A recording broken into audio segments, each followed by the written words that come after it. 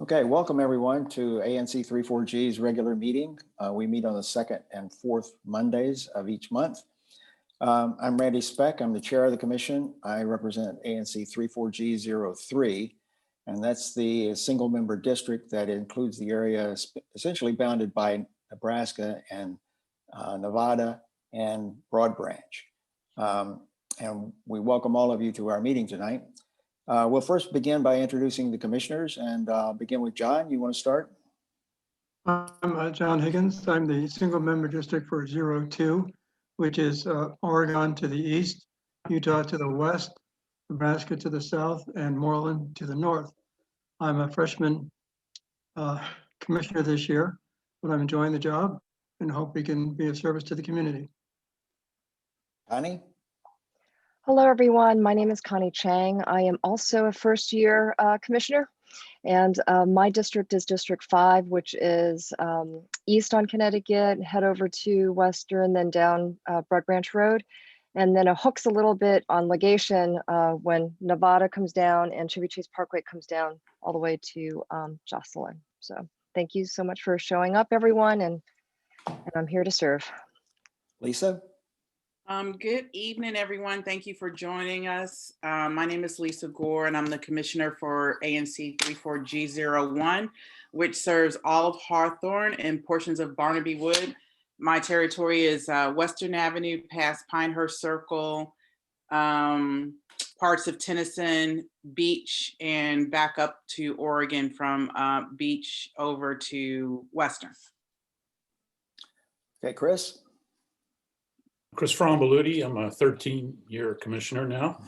I serve District number 7, which is bounded by Military, Reno, Nebraska, and Nevada, and welcome everybody. Peter? I am Peter Gosselin. I'm the commissioner for District 6, which is the Western Avenue border with Maryland and the Chevy Chase Circle, Connecticut, the west side of Connecticut down to Military, and back to 41st Street. I too am a freshman commissioner. Michael? Hi, I'm Michael Zeldin. I am in my first term as a ANC commissioner. I represent 3G04, which is roughly from Tennyson to Morrison, Utah to Western, with the Lafayette Elementary School being in that single member district. Okay. Thank you all. I think because we got 5 so-called freshmen, I think given how much work we've done the last month, I think you're all promoted to sophomores, at least. Okay.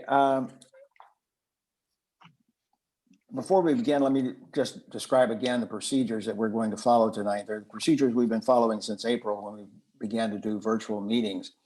But we want to have as much participation from the community as we can, but at the same time, we want to make our meetings as orderly as we can. And so the commissioners will have audio and visual as panelists in the webinar, and all of the attendees can communicate with us through the Q&A or through the chat. And whenever there's an instance when we want to have participation from one of the audience members, Lisa, who I'm now going to make the co-host, I was about to forget that. Lisa will elevate them to panelists, and then they will be able to activate their audio and video and share their screen and everything else that the commissioners can do. And so we want to have that kind of participation, but we'll try to do it in a very orderly way. As I said, you can put your comments in the chat and the Q&A, and if we can't get to those questions or comments, we'll try to copy them at the end and make sure that we can respond to them at a later time. The meeting is going to be recorded, and it will be on our YouTube channel, and so you should just keep that in mind. Okay, the first thing we have to do tonight is adopt our agenda. The agenda has been posted on our website and on various listservs around the community. Are there any modifications or change? Well, I have one modification to make to the Randy, are we recording right now? Or Yes, have we you are. pressed the button? Okay, thank Yes, you. we are. Okay. I have one change to make to the agenda, at least the one that was originally published a week ago. We had an agenda item for the presentation and discussion of surveillance, transparency, and accountability. And we're deferring that until our March 8th meeting when we'll have a presentation on that topic. So with that modification to the agenda, any other modifications anyone needs to make? All those in favor of adopting the agenda, please raise your hand. 7-0. All right, I have just a couple of announcements tonight. One is just an update on some of the things that have happened with regard to the Lafayette pre-K. And we spent quite a lot of time on that early in the month, addressing where the Lafayette pre-K was going to be located. And for any of you who aren't familiar with that, you can go back and look at our resolution on this, which is on our website. There's a resolution on the Lafayette pre-K, as well as the video of our January 11th meeting, which included a lot of information about the Lafayette pre-K. But just to bring everyone up to date, on February 3rd, Commissioners Gore and Chang toured the Episcopal Children's Center. And we were looking at that primarily to see whether it might be suitable for the Lafayette pre-K program, at least a partial use of that facility, and possibly only for a short time, temporary use. They reported back, Commissioners Gore and Chang, that while the building would need to have some improvements to meet DCPS's requirements, it really is an ideal location and provides an outstanding structure to be an extension of the Lafayette campus. On February 4th, the Deputy Mayor for Education wrote the commission, and this is following up on a meeting we had with the mayor and the Deputy Mayor and the Chancellor for DCPS. And he wrote committing to explore space options for Lafayette Elementary School, which we had asked them to do. The commission responded with a request to meet this week to seriously begin discussions on how the Episcopal Children's Center, to begin discussions with the Episcopal Children's Center to determine how its facilities could address the Lafayette community's needs for the next school year and in the future, and to discuss how the district can take advantage of this unique opportunity. We'll try to keep everyone informed in the community about any developments. We're going to continue to pursue this. This is not the end of the issue. Anyone else, Connie or Lisa particularly, you want to add anything to that? No. Okay. Nope, thank you. The next announcement is just very brief. That if you need tax preparation assistance, the AARP is offering to assist DC residents, and you can send an email to dctaxaid.help@gmail.com, and they will help you with any questions that you have about your federal income tax or your DC tax return. Any other commissioners have announcements? Connie?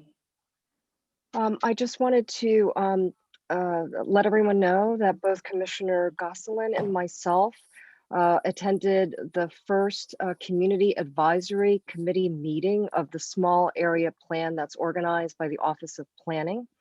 As background, the council provided $150,000 in the budget for FY 2021 only. That goes until, I guess, September 30th for OP to convene such a, I guess, a process. And we were one of the several people who were on there on that committee as members of the committee, which I will just read out very quickly. But first, let me just say what the small area plan is. The Chevy Chase small area plan will be a guiding vision for inclusive growth rooted in a people-centered planning and design approach that aligns with OP's priorities of housing production, economic recovery, and equity and racial justice. A key component of this plan is for this committee to help with the network that we have to be able to engage the community. Now, this is our first meeting. It included the following organizations: the Office of Ward 3 Council Member Mary Che. Her senior legislative counsel is on that committee. Both Commissioner Gosselin and myself, which we represent the commission. Chevy Chase Art, Chevy Chase Citizens Association, Chevy Chase Main Street, Connecticut Avenue Tenant Association, which is the one on Lorraine. Friends of Chevy Chase Circle, Historic Chevy Chase DC, Northwest Neighbors Village, Ward 3 Vision, Ward 3 Mutual Aid Network, and the Washington Interfaith Network, which has a subgroup called WIN Ward 3. This membership is intended to reflect the diversity of voices and interests that constitutes the Chevy Chase neighborhood in DC. It includes all these organizations, and OP is open. If there's anyone missing, they'd like to get a diversity, obviously, of voices. And they have planned for 6 of these committee meetings. I asked, and these meetings are not under the statute of open meetings because we don't make decisions. The meetings is really to plan for the public meeting, the first one of which will take place the first week in March. And I have invited the chair of this, the OP lead, Erkin Osberg, to come and join us at our next public meeting on February 22nd so that he can give a short presentation. And then also he'll provide flyers and so forth and let the community know to participate in this March meeting. And that March meeting will give the basics of what this is all about. It'll answer everyone's questions. And so I just wanted to let the community know, and also Commissioner Gosselin, if he wants to add anything that I might have forgotten. Oh, and one more thing, there is a project website, and that's very important. And that website has been taking your email addresses so that you can be alerted in the community of any kind of announcement, and also to take any comments. 227 people have signed up. That was last Tuesday, as of last Tuesday, and 225 of whom have made comments. And there's a Google form where comments are taken. So anything that you'd like to express, they will take that on. And that email address, that website address is publicinput.com/Chevy Chase. And that will also have every minute of the meetings of the Community Advisory Committee meetings will put up there, and any presentation slides. Feel free to contact Commissioner Gosselin or myself. Let me just add to that. I want to stay optimistic about the prospects for the small area plan, whatever the differences are among us on this commission about what development should or should not look like in our community. I think all of us agree that this offers an opportunity for the community to get involved. Mm-hmm. And in that regard, I just say that I hope the commission has a discussion about what we hope the plan process will look like at the February 22nd meeting. And in the meantime, I hope that the public, in giving input at the site that Commissioner Chang mentioned, will not only give input about what they hope for the community, but what they hope for the process. These are complicated issues, and a lot of feeling among the community. And I hope that I hope people advocate. I am trying to advocate. I think Mr. Chang is trying to advocate for a very robust process that allows for a real democratic conversation, of community-wide conversation over a substantial period of time, probably, about what our community's hopes and values are and how those can be embodied in physical changes in the community to head us in the right direction for the next generation. Yes, and I want to echo that again, that is what I'm hearing from OP, that they really do it, that this small area plan is centered on people. So people first. What does the community want? And it's not about building anything. It is about planning for any kind of future development. And so it's going to be very critical that we have our community respond and participate now. So thank you so much. Any other, Lisa, you have an announcement? Just to re-announce, the ANC is seeking volunteers for the Standing Committee on Racial and Social Equity. We announced that at our February 4th meeting, and we definitely have had some community members to put their name in the hat, so thank you.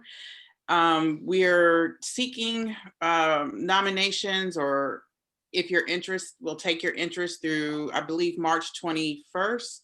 The nomination period is for 45 days. And if you're interested on serving on that committee, there'll also be, hopefully tomorrow, more detail about it on the listserv, as well as I will post to Neighbor Next Door. Tonight, it has also been posted, I believe, to our Facebook site already, so you can check there, which will have a more descriptive amount of information regarding the standing committee. But we'll take names through the 21st of March, and you can send your interest email to myself and Randy Speck. My email address is 3g01@anc.dc.gov, and Randy Speck is 3g03@anc.dc.gov. Thank you.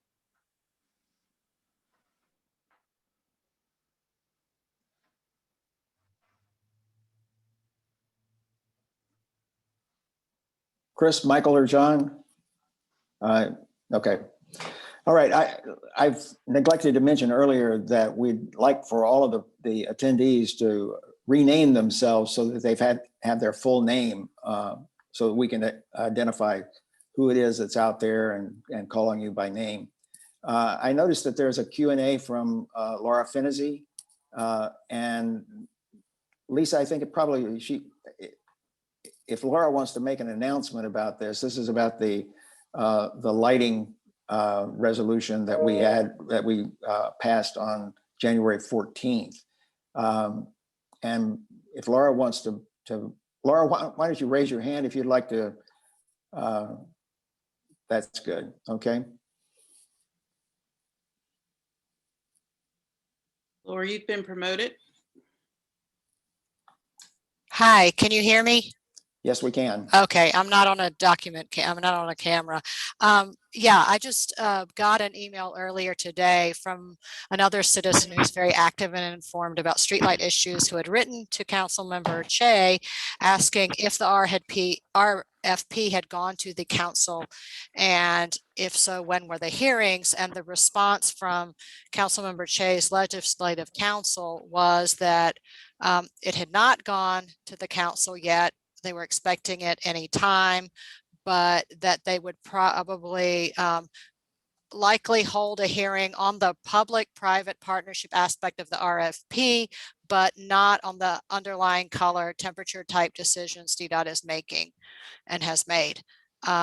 So I wrote Councilmember Che, and assuming good intent, that maybe she just didn't know of the ANC 34G resolution on the 14th that passed 7-0, and just said, I was dismayed to see that they might not talk about it, but now that she's been informed, I would hope that she would give it great weight and include those topics in any hearing. I've also emailed all of you all in your at your official emails, and would ask if you could reach out to her. I would think maybe this was just that she didn't know about the resolution, but I would think for legal reasons, I think give it great weight. And also you guys are people in ANC 34G are her constituents. So I hope that she would take that seriously. And so that's come to your ANC emails. Let me respond, Laura. Thanks for bringing this up. I just saw this came across my desk at 7 o'clock, so I didn't have a chance to respond, but I'll contact Jay's office. I mean, there's no reason why she can't at least read and respond to this resolution, which was very short. So, I mean, it shouldn't take too much time. Correct. But, maybe she just needs an email, from the ANC in the capacity. She might not have been aware. I'm going to assume noble intent, but. I know D. Smith, so I'll follow up to both of them. Okay. Thanks so much. Thanks for bringing this up. Sure. Thanks, Laura. There's one other forum where we might raise this, and that is the oversight hearing for the Department of Transportation, which comes up at the end of this month, I believe, or beginning of March. I can't remember, but In any case, we're going to be considering testimony at Okay. that oversight hearing at our next meeting on February 22nd. So, Oh, the resolution would be perfect because you've already Yeah. got it all together. right. Yeah. And to call that to their attention at that oversight hearing would be perhaps a useful way to get it before both the commissioner, both the council member and the Department of Transportation. Okay. All righty. Great. Thank you so much. Thank you, Laura. Okay, any other community announcements? Emir, you have an announcement?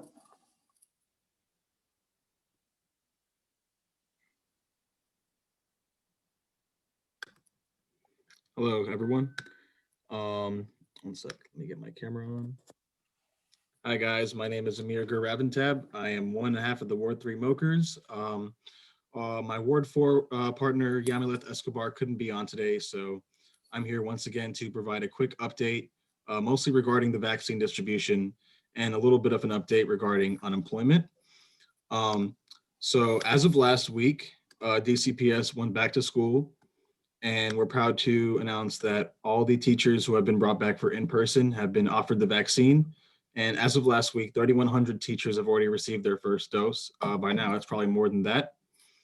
And to reiterate, the classes of people who we are vaccinating at this moment are individuals who work in healthcare settings, members of fire and emergency medical services, residents of long-term and intermediate care facilities, DC residents 65 years and older, individuals experiencing homelessness, members of MPD, teachers at DCPS, charter schools, childcare workers, independent school workers, so that includes private schools, and Department of Corrections employees, as well as continuity of government services, so that includes bus drivers. And the people who continue to sign up through vaccinate.dc.gov will be healthcare workers and DC residents 65 years and older. We made one change to the way that we sign up for vaccines now regarding priority wards. Priority wards, that is the Thursday morning rollout at 9 a.m. The priority wards have been changed from, I believe it was 1, 4, 5, 7, 8 to just 5, 7, and 8. So Ward 4 is no longer a priority ward. Everyone else can get their vaccination appointments Friday mornings as well. And we also want to announce that starting every Monday, noon and 7 p.m., vaccination appointments will open up for childcare workers, private school teachers and staff, and charter school teachers and staff, and they get their appointments through One Medical. As well, we want to reiterate the fact that if you can't get a vaccine appointment through vaccinate.dc.gov, you can still get it through a hospital that you get your appointments booked through.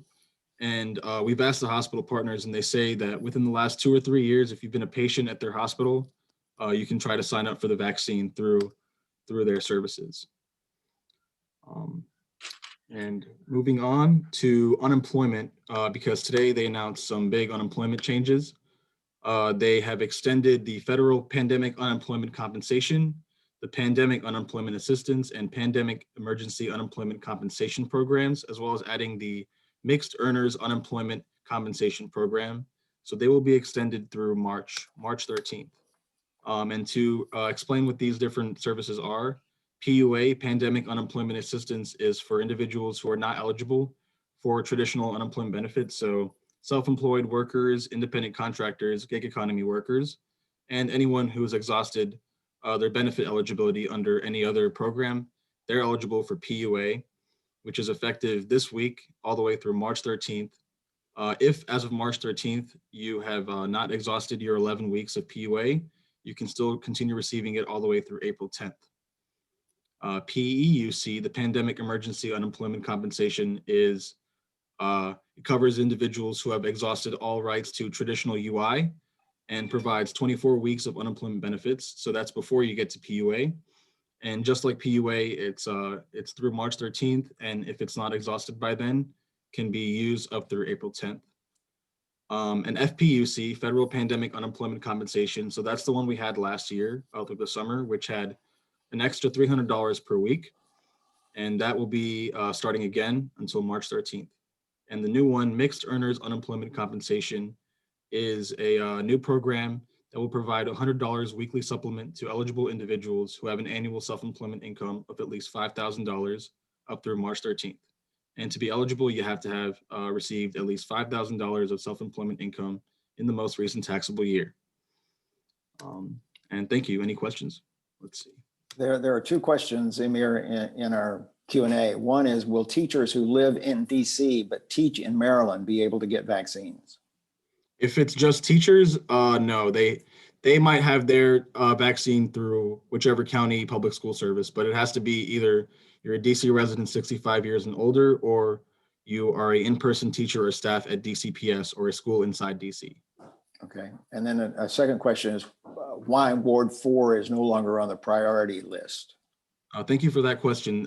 So their goals were to get a more equitable distribution of the vaccine between the wards, and within the past few weeks, I guess they've met that goal for wards 1 and 4, because wards 1 and 4 are now on par with 3 and 2 and 6 in getting the vaccine, and that left only 5, 7, and 8 as lagging behind. So that's why 5, 7, and 8 are the priority wards now. And I also wanted to add something that I forgot. Another big change is that the amount of vaccines distributed between the two dates, Thursday and Friday, are now equal. It used to be that Thursday mornings rollouts were almost double the amount of vaccine appointments as Friday mornings, but now it's been made to be equal across all wards, or across both days, sorry. And Okay. Did we have another question? I think that's it. Okay, and I'll put my information in the chat for anyone who needs to reach out to me too. Great. Thank you, everyone. Thank you. Okay.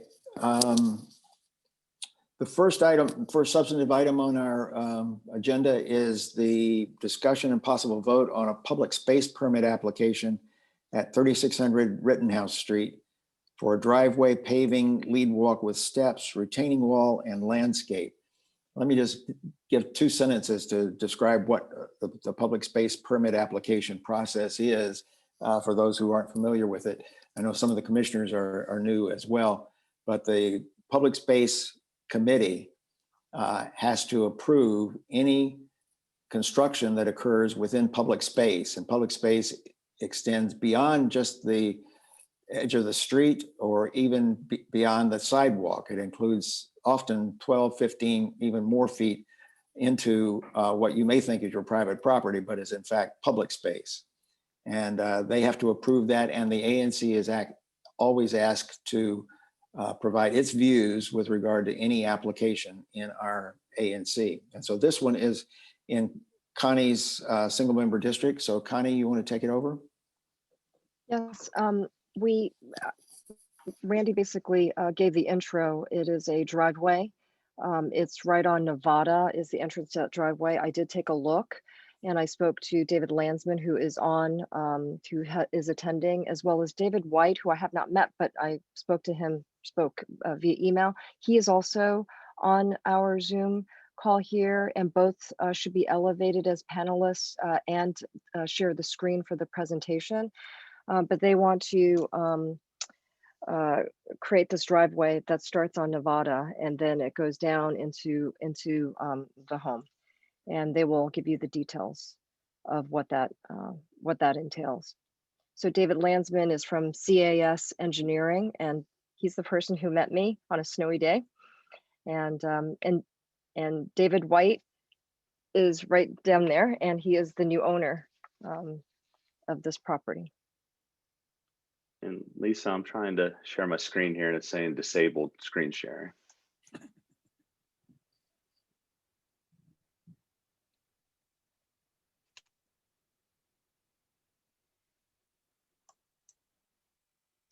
Randy, do you have to change that in your setting? I don't see in my setting where I can change that.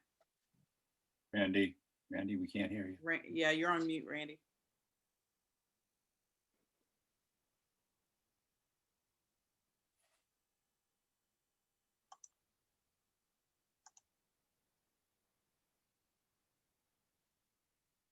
Randy, You're still on mute. you're on mute. Okay, now I'm off. Hold on just a second. Let me see if I can do it this way. Um, Well, I'm not able to do that. I don't see how to do that. I just thought you would be able, David, to do it automatically, but it doesn't, now that you're a panelist. Does he need to be co-host to be able to do that? Well, I can make him a co-host and let's see Yeah, if that maybe. works. Mhm. Okay, I have to think fast now in these virtual meetings to solve these okay. problems. Now try it, That should David. be There you working. go. Okay, there you go. All right, perfect. Okay. Thank you, ANC. Thanks, Connie. I'm Dave Landsman. I'm with Cass Engineering. I'm joined by David White, the future homeowner. David and his wife, Amy, plan to move into the house once we get done with our construction. We're here before you guys tonight for our DDOT application. Go over it real quickly here with you. Existing conditions, as you guys probably know, we're at the southwest corner of Nevada and Rittenhouse, 3600 Rittenhouse. House has lead walks off of Rittenhouse and Nevada. Does not currently have a driveway. We're proposing to remove both of the lead walks and maintain all of the street trees. Our proposed conditions will also include reconnecting the existing lead walk on Rittenhouse to line up with the house's front door, constructing a new curb cut off of Nevada, adding a street tree in a gap where there isn't a street tree but should be along Nevada, and then adding a couple of walkways, one up to the front porch and one to their backyard off of the driveway on private property, but within the BRL area. There's a section of our driveway within public space behind the sidewalk that'll be pervious as well.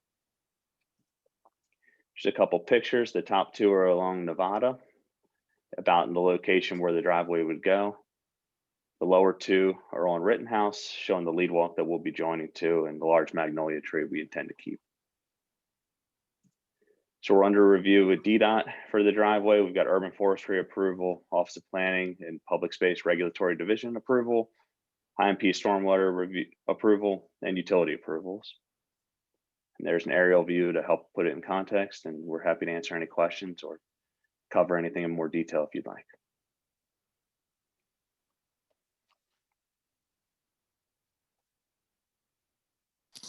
Okay, Connie, do you have any questions? Or you want to ask if any others have questions? Yes, does anyone have any questions? Would you like more detail about this driveway?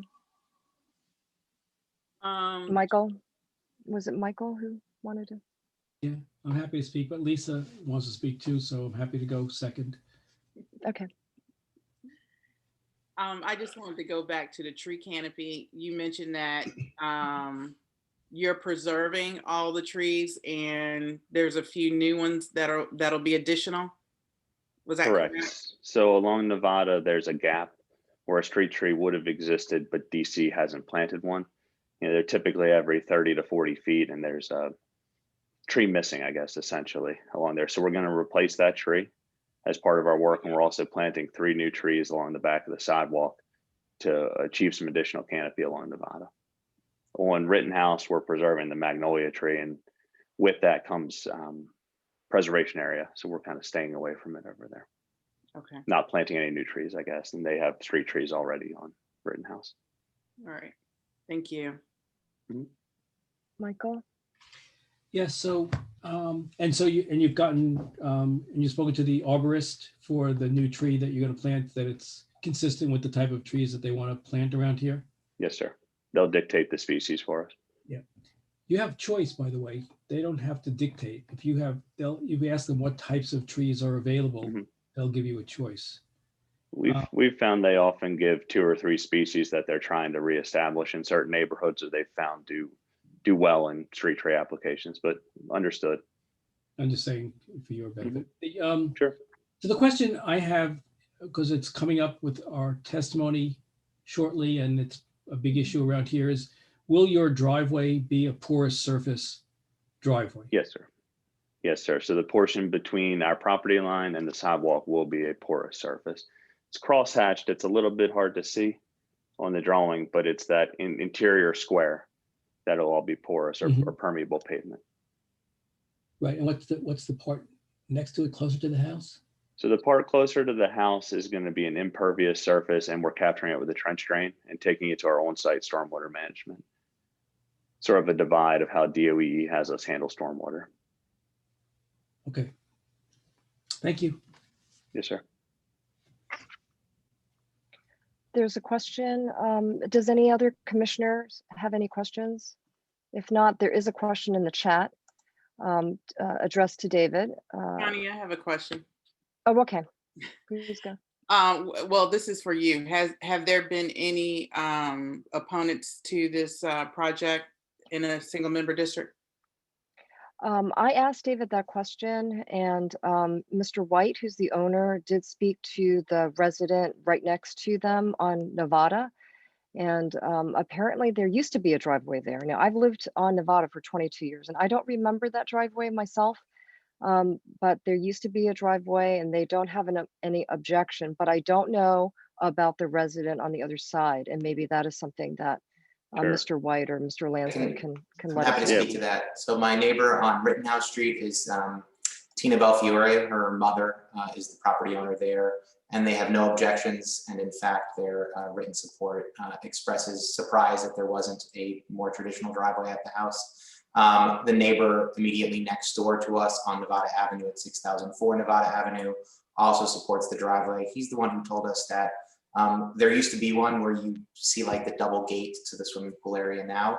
And then this driveway would be essentially directly across the street from 6111 Nevada. And we also have the support of that property owner for the driveway in writing as well. So all three neighbors that are in the immediate vicinity support it. Thank you.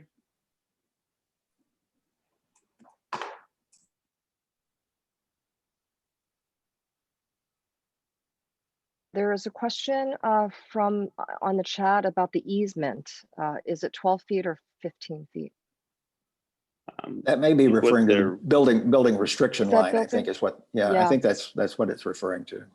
Correct. It's a 15-foot building restriction line along Nevada. There's not one on Rittenhouse.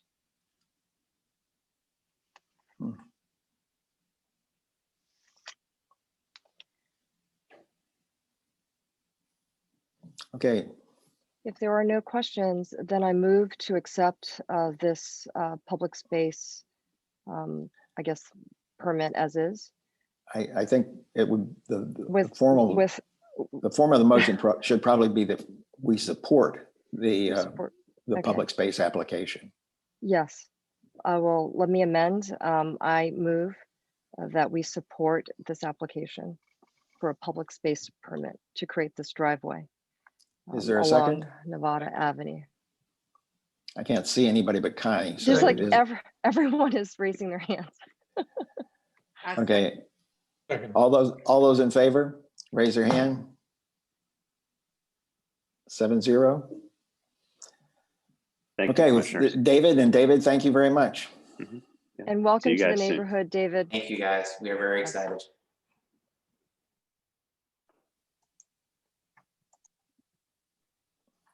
Okay, the next item on the agenda is one that is going to take a little bit longer. We've been working with the Department of Transportation for a number of years on two major projects that affect primarily Commissioner Gore and Commissioner Higgins single member districts. That is the Oregon Avenue reconstruction project and the Chestnut Street sidewalk construction project. So Lisa and John, you want to take care of this portion? Hey, Lisa, could you do the introductions, I guess? Yeah, so Randy, I'm just trying to see if there's anyone else I need to promote. Joseph, the construction manager, I think you're on the phone. I'm not sure. Jan, do you know his phone number? Yes, he's listed as Joe. His last name is not listed, so you may see he's on the phone. Oh. I just have We just three get attendees with their numbers. We just get phone numbers. So his phone number is, one moment, What's the last four digits? 2335. Okay. Okay, got him. Thank you. Okay.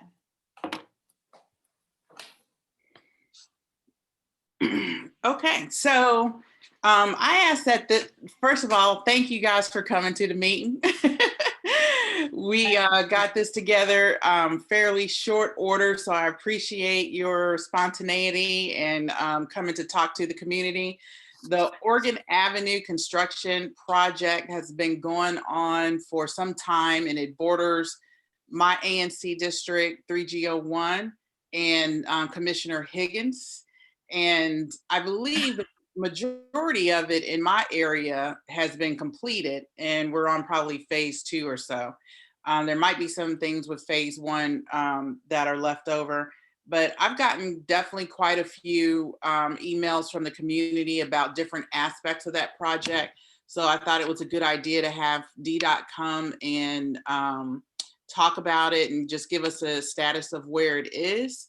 And the other major project that's going on is Chestnut Street sidewalk. And that has been a discussion in the ANC and the community for several years. And there's just a lot of angst in the community to make sure that project continues on pace and, comes in on time. So there's a large group of neighbors that are very interested in that one. So we'll also talk about that. I'd like to start off with Oregon Avenue first, because I think that'll be a shorter discussion. And just so the community knows, all the questions that I got, I received a few from you all out there. I sent them to DDOT in advance so that they'll at least have those and they can go over. And once commissioners are finished with, once DDOT is finished with this presentation, and if the commissioners have any questions, then we'll go, after they're finished, we'll go to the community. So you guys will have a chance to ask them. And then we'll move that street project and go over with DDOT their presentation, and then have another round of questions from commissioners and the community on Chestnut Street. So Jim, I will turn it over to you and the other staff of DDOT. So we have Samir and Joseph as the Oregon Avenue construction manager. You guys can take it from here. So good evening. I'm glad to be here. Thank you for inviting us. And I think Samir is going to come on after me and talk about Chestnut. So there he is. Hey everyone, this is Samir. All righty. So I'm going to just quickly share my screen. Might have to make her co-host.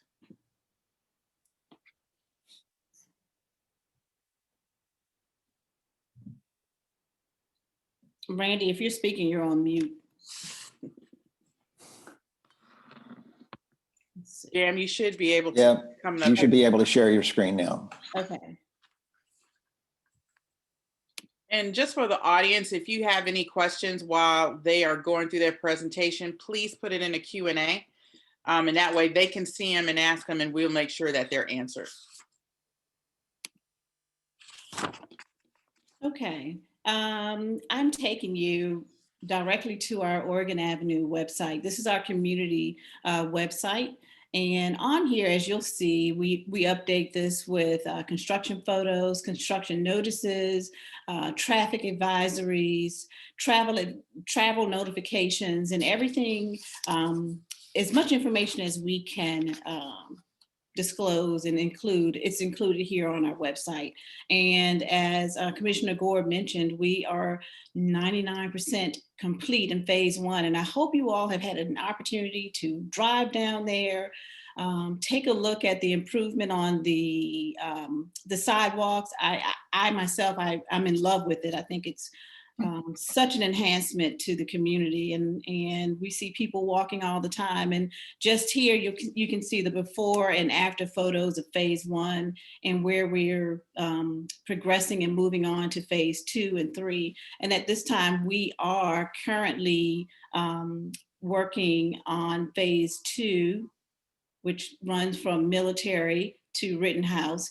And then in addition, we advanced our phase 3 several weeks early so that we could make up for weather related delays. So we're working on phase 3 on the park side from Oregon Knoll to Tennyson. So there is definitely some construction activity going on Oregon, but the finished product is going to be such an enhancement to your community. And so we appreciate you having us here tonight. Now, I do know that the commissioner did send over some questions, and I don't know if you want to address the questions and let me go ahead and try and answer those for you. And the other thing I wanted to let you all know before I move on, we just distributed our latest newsletter, the Oregon Avenue Observer.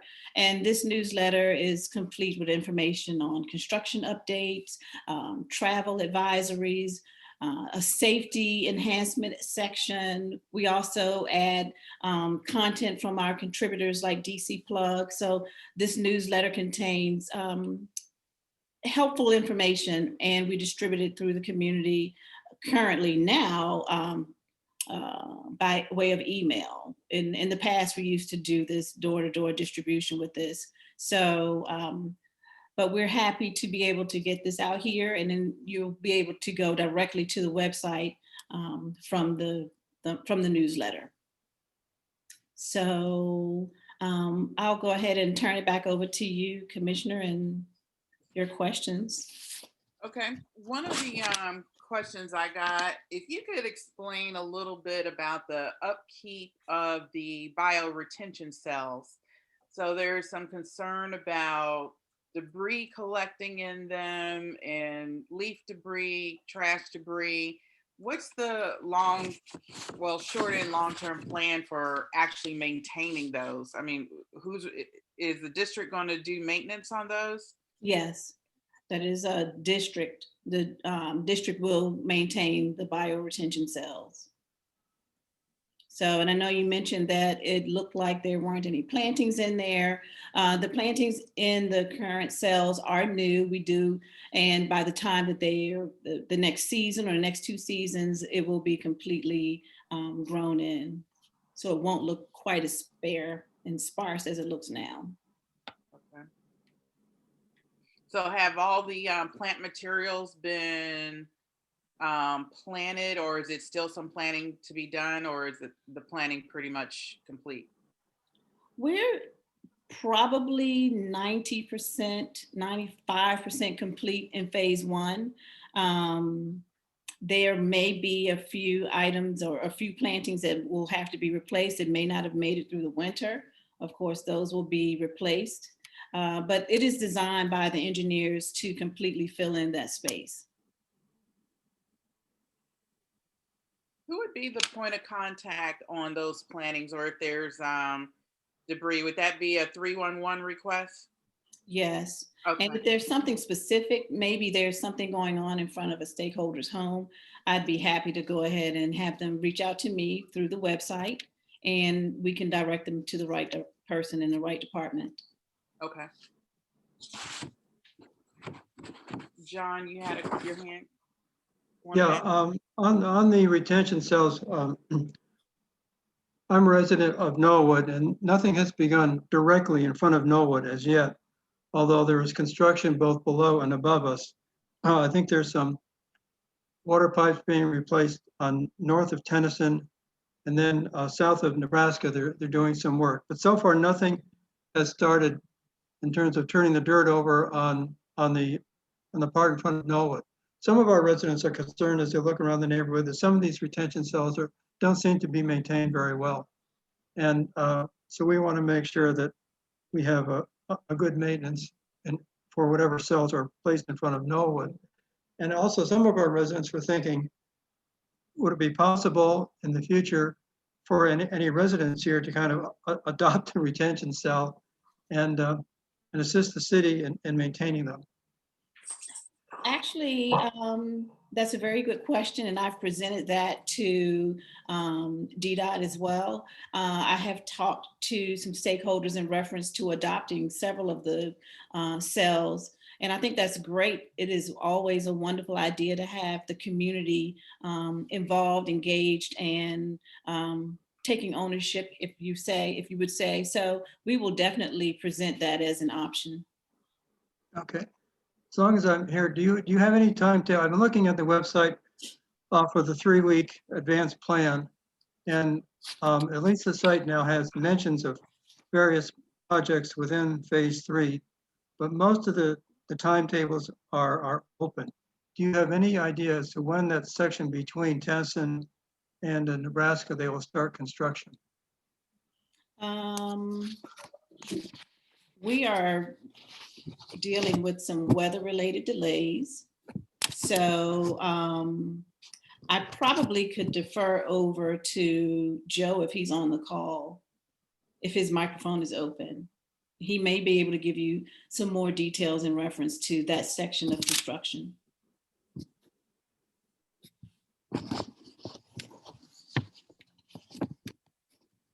Joe should be able to speak. I changed his status to allow him to speak.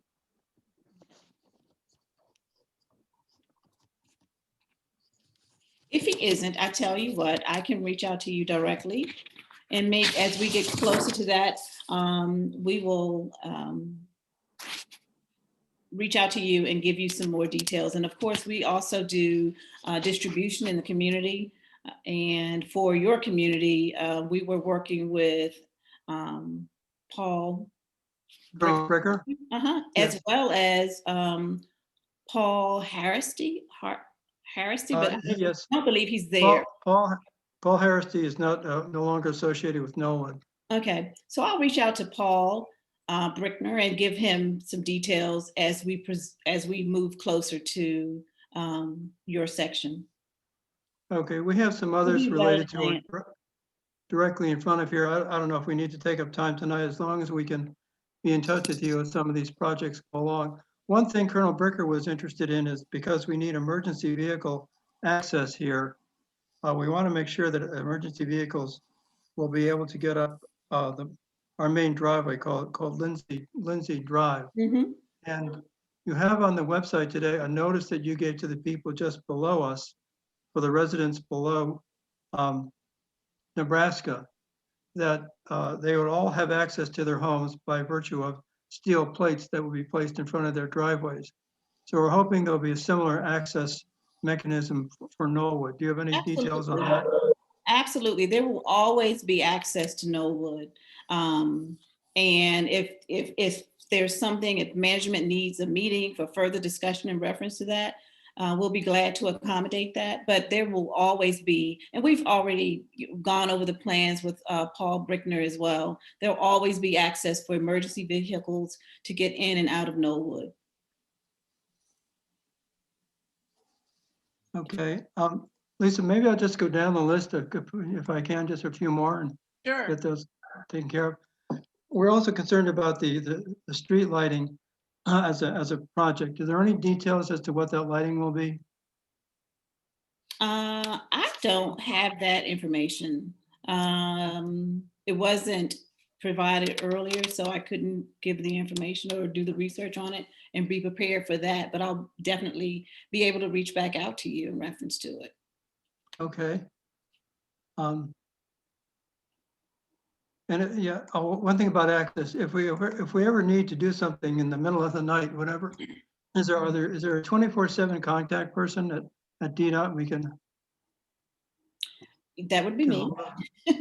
Okay, all right, good enough. Yes, my information is available. My phone number is public and it's on almost everything that you receive. Okay. And if you want, I'll put it in the chat after I'm done. Okay, I guess prior to the project, maybe we should, if you guys could have a short physical meeting with us, just to go over everything, that probably would be a good idea. Absolutely. Would that be possible? Just as I mentioned, we'd be happy to meet with you again. Okay, terrific. Maybe we can iron out any of the other questions. To give me a minute to just go down these to make sure we've covered everything.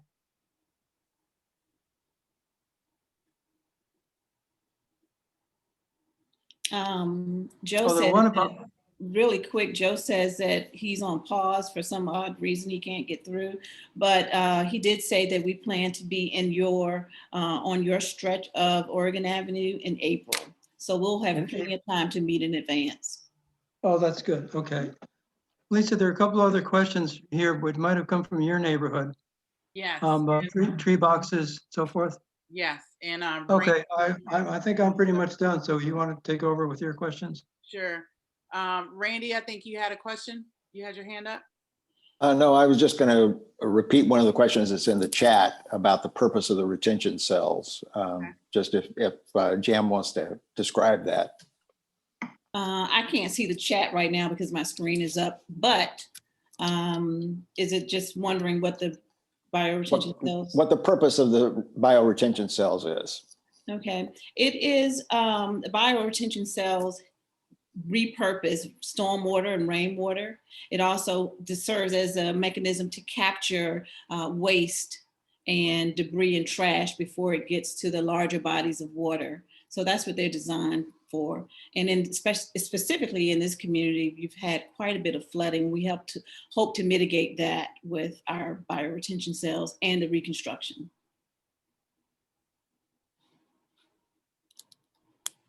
Jam, I had one other question for you. Can you talk about a little bit about the design process of the black small fencing that goes in front of the bioretention cell? There's definitely some concern, and I found that some people are happy with it and some people have some concerns with it, but it's maybe what, about a little over 2 feet or so? Yes. Okay. Can you talk about just, is that kind of the standard height across the city? Because I guess one of the questions was, is it, easy? It seems like, it's not high enough to prevent someone from falling in there. And that bioretention cell is fairly deep. Okay, so, and we talked about this probably on the last meeting that we attended. We discussed this with Knollwood. I think there were some concerns about motorists, some of their residents driving into them. And we talked about the designs that are on the outside of each side of your entrance, which are not going to be the ones with the fence around them. So those are a different type of microbioretention cell. But they're designed to be safe, and the ones that you're seeing on Oregon are standard for this project. And it was the design, this has been 9 years in the making.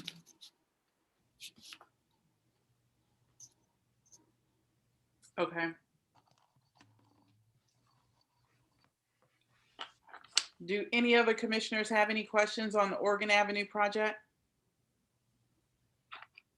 I do. Lisa, okay, I do too. Okay. And I got one other question, Jam, I want to get in real quick. There was a question about what looks like large parking spaces. The material, so like say on Western Avenue at the corner of Oregon where the E6 bus line is, there's a huge space that's kind of gray. Is that, can you explain exactly what that is? Because we see them in areas that I think don't have a bus stop, but then they're also at, areas that do have bus stops. So are those parking spaces, or what exactly are those? Those are not parking spaces. That is a part of the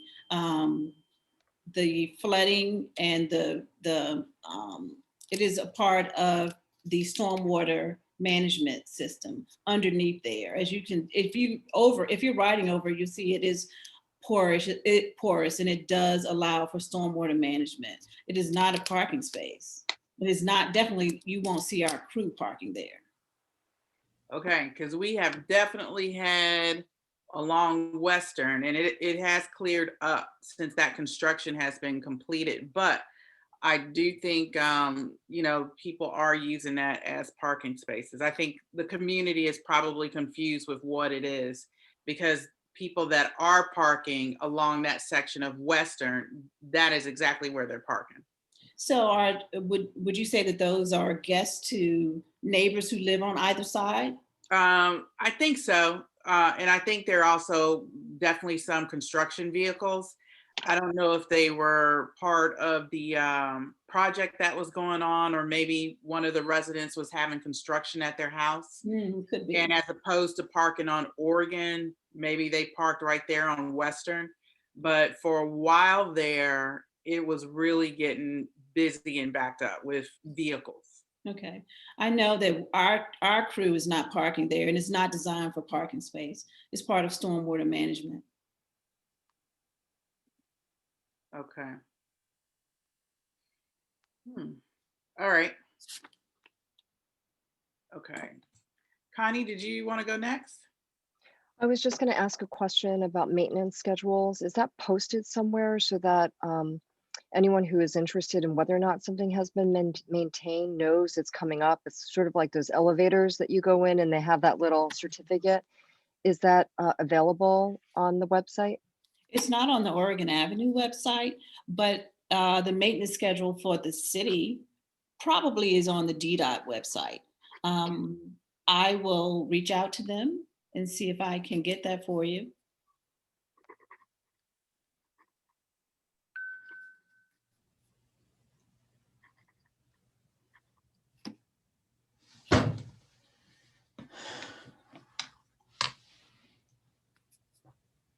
Any other commissioner? One more thing. Okay, Michael? So I have one question related to Oregon and one related to Bingham. Can you tell me, please, whether I'm looking at the before and afters, and will you guys be painting a bike lane on Oregon? Painting a bike lane? Yeah, Oregon is a very heavily traveled bicycle route. People use it all the time, and it would be wonderful if you could paint a bike lane onto it. Just a yellow line with one of those little bicycles in it, so people know that there are bicycles on the street. If you want to put a protected lane, if you want to put some protection between the bike lane and Oregon, that would be great because cars speed on Oregon all the time. And now the surface of Oregon is going to be navigable until the water ruins it again. It would be nice if you had a plan that you could let us know about what sort of traffic calming measures you intend to put on to Oregon.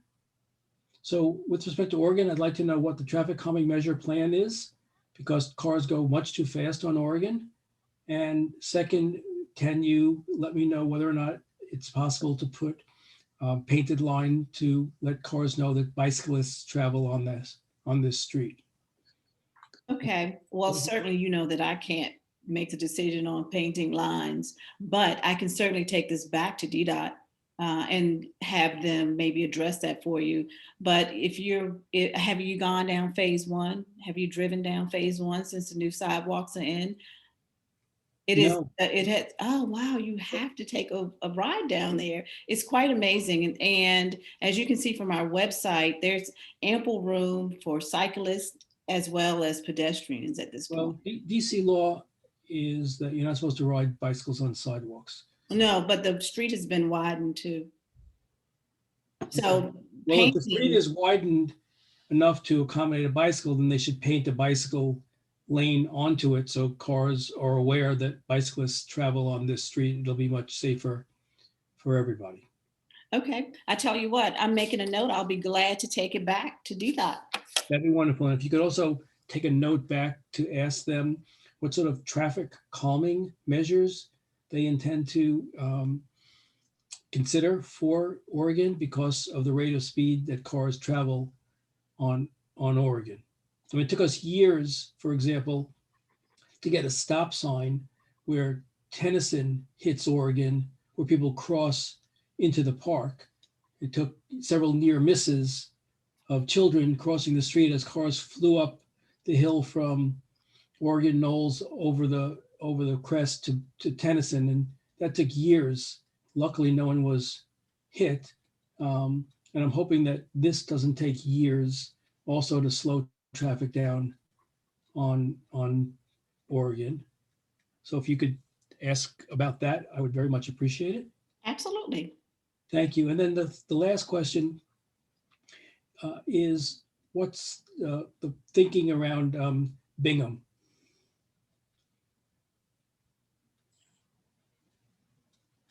Could you elaborate a bit more? So, sorry, The Bingham road closure? Road is closed.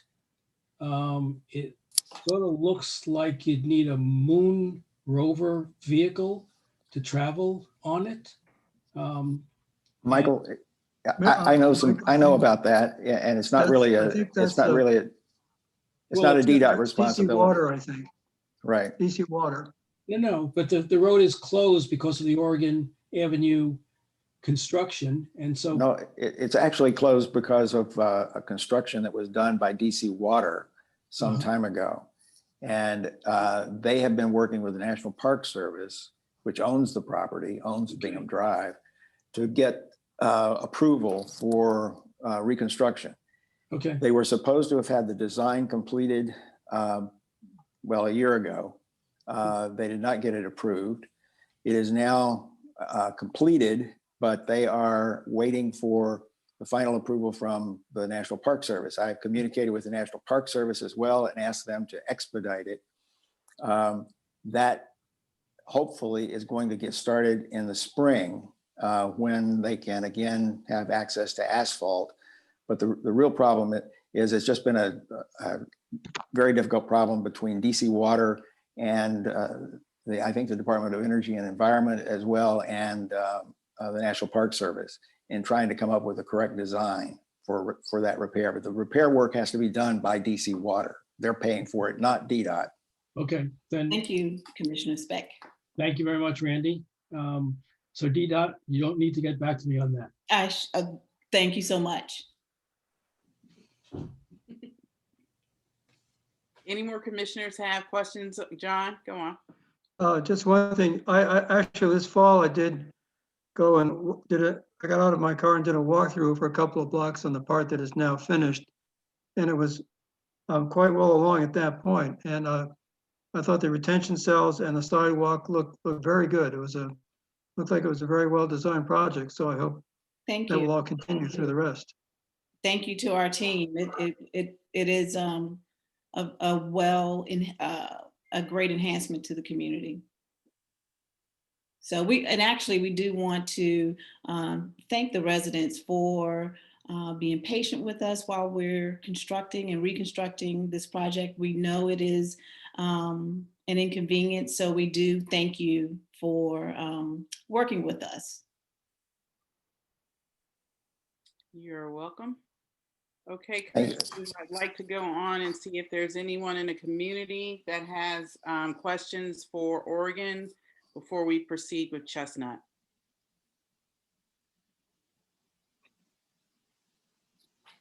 Okay, Jam, thank you so much. It is a beautiful project, and I will be in touch with you if we have any other questions on this.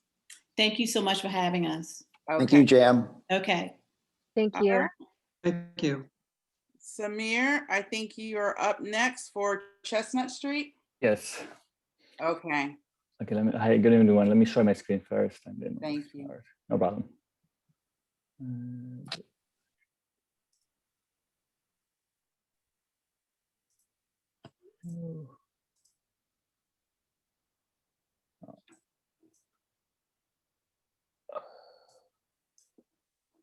Okay. Can everyone see my screen? Yes. Okay. Yep. So good evening, everyone. This is Gur-Ravantab, the project manager for Chestnut Street since the beginning of design till now. I'm planning to when we move to project construction, I'll be the project manager for construction as well. So like you see in this updates we have for Chestnut Street. So the design, like we're designing on, it will be like a 5 feet sidewalk with 17 feet travel lane and parking lane, as well as and the opposite side will be the same thing, travel lane and parking lane along Chestnut Street. And we're going to preserve all the trees and propose new trees. And these two pictures, what I'm showing here, it's the Chestnut Street section, the 32nd Street with Chestnut Street, and the right picture is Chestnut Street with 33rd Street. And here we're showing the improvement we're doing on the 32nd, which is, as you look here, the yellow one is the sidewalk, which we designed into the roadways, and providing parking lane and travel lane, same thing the other side. And also we adding on Chestnut on 32nd an island to calm traffic on intersection, because we heard from residents at 32nd Street with Chestnut Street, car like speed up. So we try to reduce the speed. So we like kind of like narrow the speed on the intersection just to slow traffic. And also we add like a raised crosswalk along 32nd, just to provide more elevation for ADA compliance, and also cars coming from 32nd will slow down, because the intersection will slow down for traffic coming to Chestnut Street. And same thing with the 33rd Street as well. We had a raised crosswalk, so we prevent like the speed coming on to Chestnut Street. And also we kind of improve the alignments on this side of the intersection to get a better side distance for cars stopping at the intersection, so to get better like view on Chestnut Street. So those are what we're doing, and as well the sidewalk along the street. And I'm showing here the schedule since we started design till now. I don't know if people been like tracking our schedule and the design phase for Chestnut Street. And 30% design, I think we completed in March 10th, and we distribute material. We're supposed to have a public meeting, and since the pandemic hit in, so we've not been able to have the meeting since the pandemic was just current, and we ended up like convert from public meeting and we distribute materials, and actually we interrogated door by door and make sure everyone got the materials for the 30% designs. And we received some comments from public and we respond to those comments and questions. And also, and then the next thing is our 65% design, but we thought from the count to receive from 30% design, we can like merge the 65% design to the final. So we skip that stage and we jump to design to the final stage design, which like help us like to expedite the design schedule, which make us to finish the project on July 20th, which we were scheduled to finish the project in August 10th. So we were like a month earlier, we finished the final design. So that will help us like to, and we did the same thing also. We create another material and we distribute to public. And I think on maybe August 10th, I think we distribute materials, which was an early finish for that final design. And like I said before, on our schedule, usually we go design phase and then we move to procurement phase. And then after procurement, we move to constructions. The procurement phase now, which currently we started right after the final design complete, which is July 20th. And we've been like working side by side as of me as the contracting officer. So we try to move the project to construction. So my part is once it's done complete, start applying for permits and submit the plans for DE and submit plan for like deal with the utilities companies and also DCR to make sure all the final design it's meet all the requirement and we receive all the permit. And luckily we had the DCR permit approved and DE we had their approval and the permits. And also we have all our clearance of all our stakeholders, which is along Chestnut Street, Washington Gas, DC Water, and finally, and WMATA as well. We need the clearance from them as well. So now the plan now, it's like it's finalized and then with the office of procurement, contracting and procurement, which is like what under the review for the to move for construction. So now it's a full package and all with the procurement, which is it come like the stages. First stage, they need to review the final cost estimate, review the plans, review all the items, and looking at all these like administration document and legal document to make sure all like met DC government and DDOT like requirement in order to move the project to construction and make sure all the parties like all the permit all is approved, so be able to move the project to construction, which is now under the solicitation package, which is that's what I'm talking about, which is under the review by by OCV, the office, the contracting officers and their staff. And we are, as we promised before, we're still on schedule, and based on the schedule, we're looking to anticipate start construction in spring 2021 this year. And the construction actually phase will be like about like 4 months constructions. So it's not going to be like a long time. So we'll be like, and we'd into 5 phases actually, and each phase will be approximately like 2 to 3 weeks phase along Chestnut Street. And we're going to start from Western Avenue and moving along to Oregon Avenue along that phase. And there's no big closure along Chestnut Street because we'll be working more closely to the parking lane on the north side. And this side will be like more, so we will have the 2 traffic lane will be like accessible for all residents who live on Chestnut Street. And also maybe the other question, maybe for driveways and access for their homes, we'll be having like, we would still do the construction. And also we're gonna have like a steel place to protect people getting in and out their access to their house while we're doing the constructions. So we looked at this detail even like during the design to make sure we could serve Chestnut Street resident for during the construction phase. So also we'll be working closely during the construction as well once this been approved for bid and advertised, and then we just start moving, and then they give us the package back, and then we start like moving to that phase. I don't know if you have any questions about the project schedule and the design here. I'm gonna reserve my time for questions to let the community ask their questions. Are there any commissioners that have any questions before I move to the community? Okay. So there was, for people on the line that would like to discuss the Chestnut Street project, could you please use the raise your hand function and I'll promote you. While I'm doing that, there were 2 questions in the chat.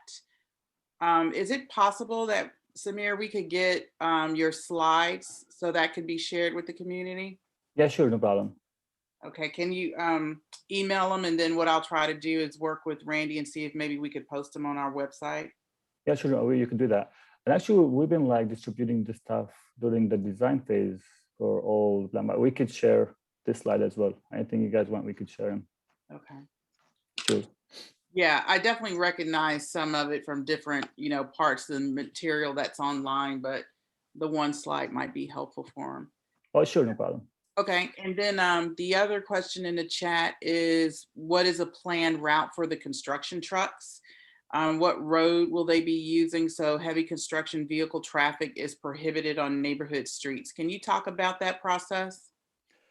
This one we didn't go in detail in this yet because we now brought to collect the CM, which is going to manage that kind of trucks, how they're going to access the road. But we may like using the side roads of Chestnut Street mainly. So that will be our like target. But we're still under discussion. And like I said, once we get to that stage, we could work with the community and see what's the best work for everyone. We could just like move around and see how we could handle this situation. So that will be under discussion once like we move to the construction stage. But now we just set a plan how we're gonna construct the sidewalk. But when we get to the vehicle and traffic controlling, and even like workers who are gonna like work along Chestnut Street. We'll figure it out once like we move to that stage. Okay. And I will be the project manager for constructions too. So I'll be like, have a better like history about this project, and I know the community from design. So I'll be more like reliable with just to meet their like needs. Okay. Randy, you have your hand up?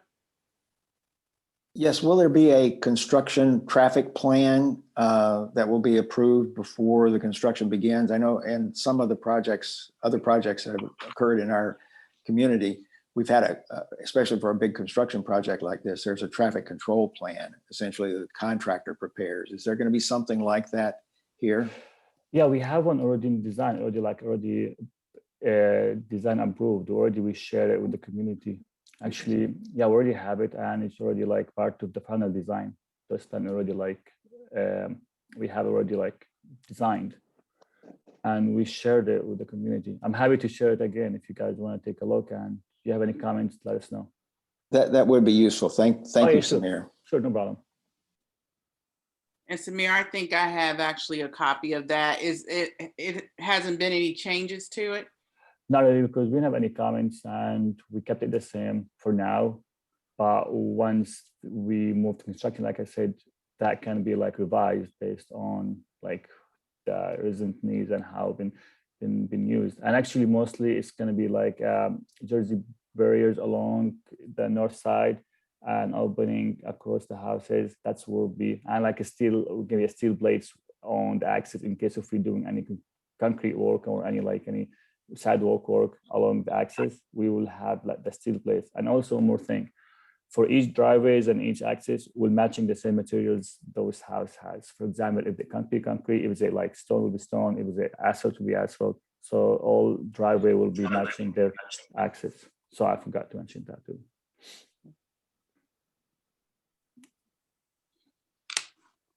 And Samir, you have two questions in the Q&A. I don't know if you could see them. Both are from Chris Dietz.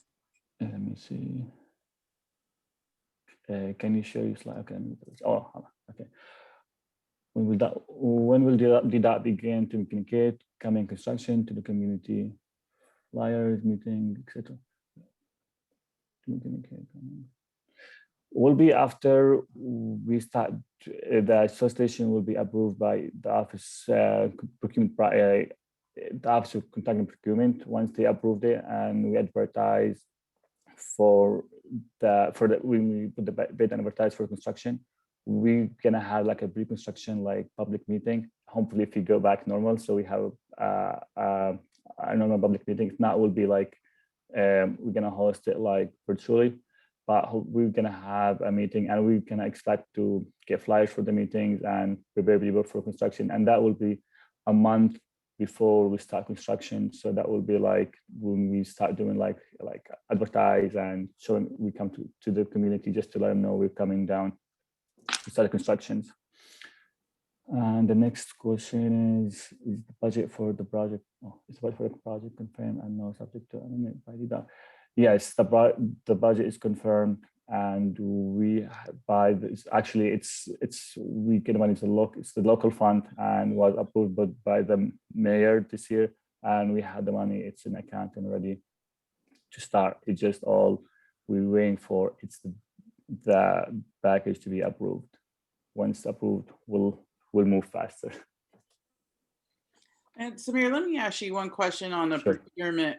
Has the solicitation package gone out, or is that still in review? It's in review. It's that for us, like for example, DDOT once finished design, we submit the package for OCP, which is that means the solicitations with them for the review. So now it's gone for them for review. Once they review it, it's a process. That's what the process is, reviewing the package through their like staff, and that's how that works. So Okay. So we could still have, and I know I talked to Sarah about this, just because I know you guys think you're going to come in on time in terms of the start of spring of 2021. How long do you think it's going to take to get that solicitation package out of the review phase issued? If you know. I'm follow up with contracting officer, but they said under review. So like it's because we are two different agencies. We're not like the same agency. You know what I mean? Like it just like something with like we wait. But normally like they're quick the way they review the package, and we could like the only thing I could do, I could just keep get in contact and keep follow up with them. The same thing we did with DCRA, the same thing with JE, the same thing with the other agencies, our sister agency, and OCB is another agency with the district. So I'll try to keep follow up with the reviews, but all these documentation sometimes take time for approval to get to the final approval. So I can promise to do my best. Like I promised before with the design, I'll continue my promise just to finish this project and do my best. Thank you. Randy, you have a question? Yeah, well, it's just a comment. Is there anything, Samir, that we can do, the ANC can do to hurry that process along with OCP? Could we write a letter to OCP or do something to accelerate that process? Would that be helpful? Probably, if you can do it, why not? Okay.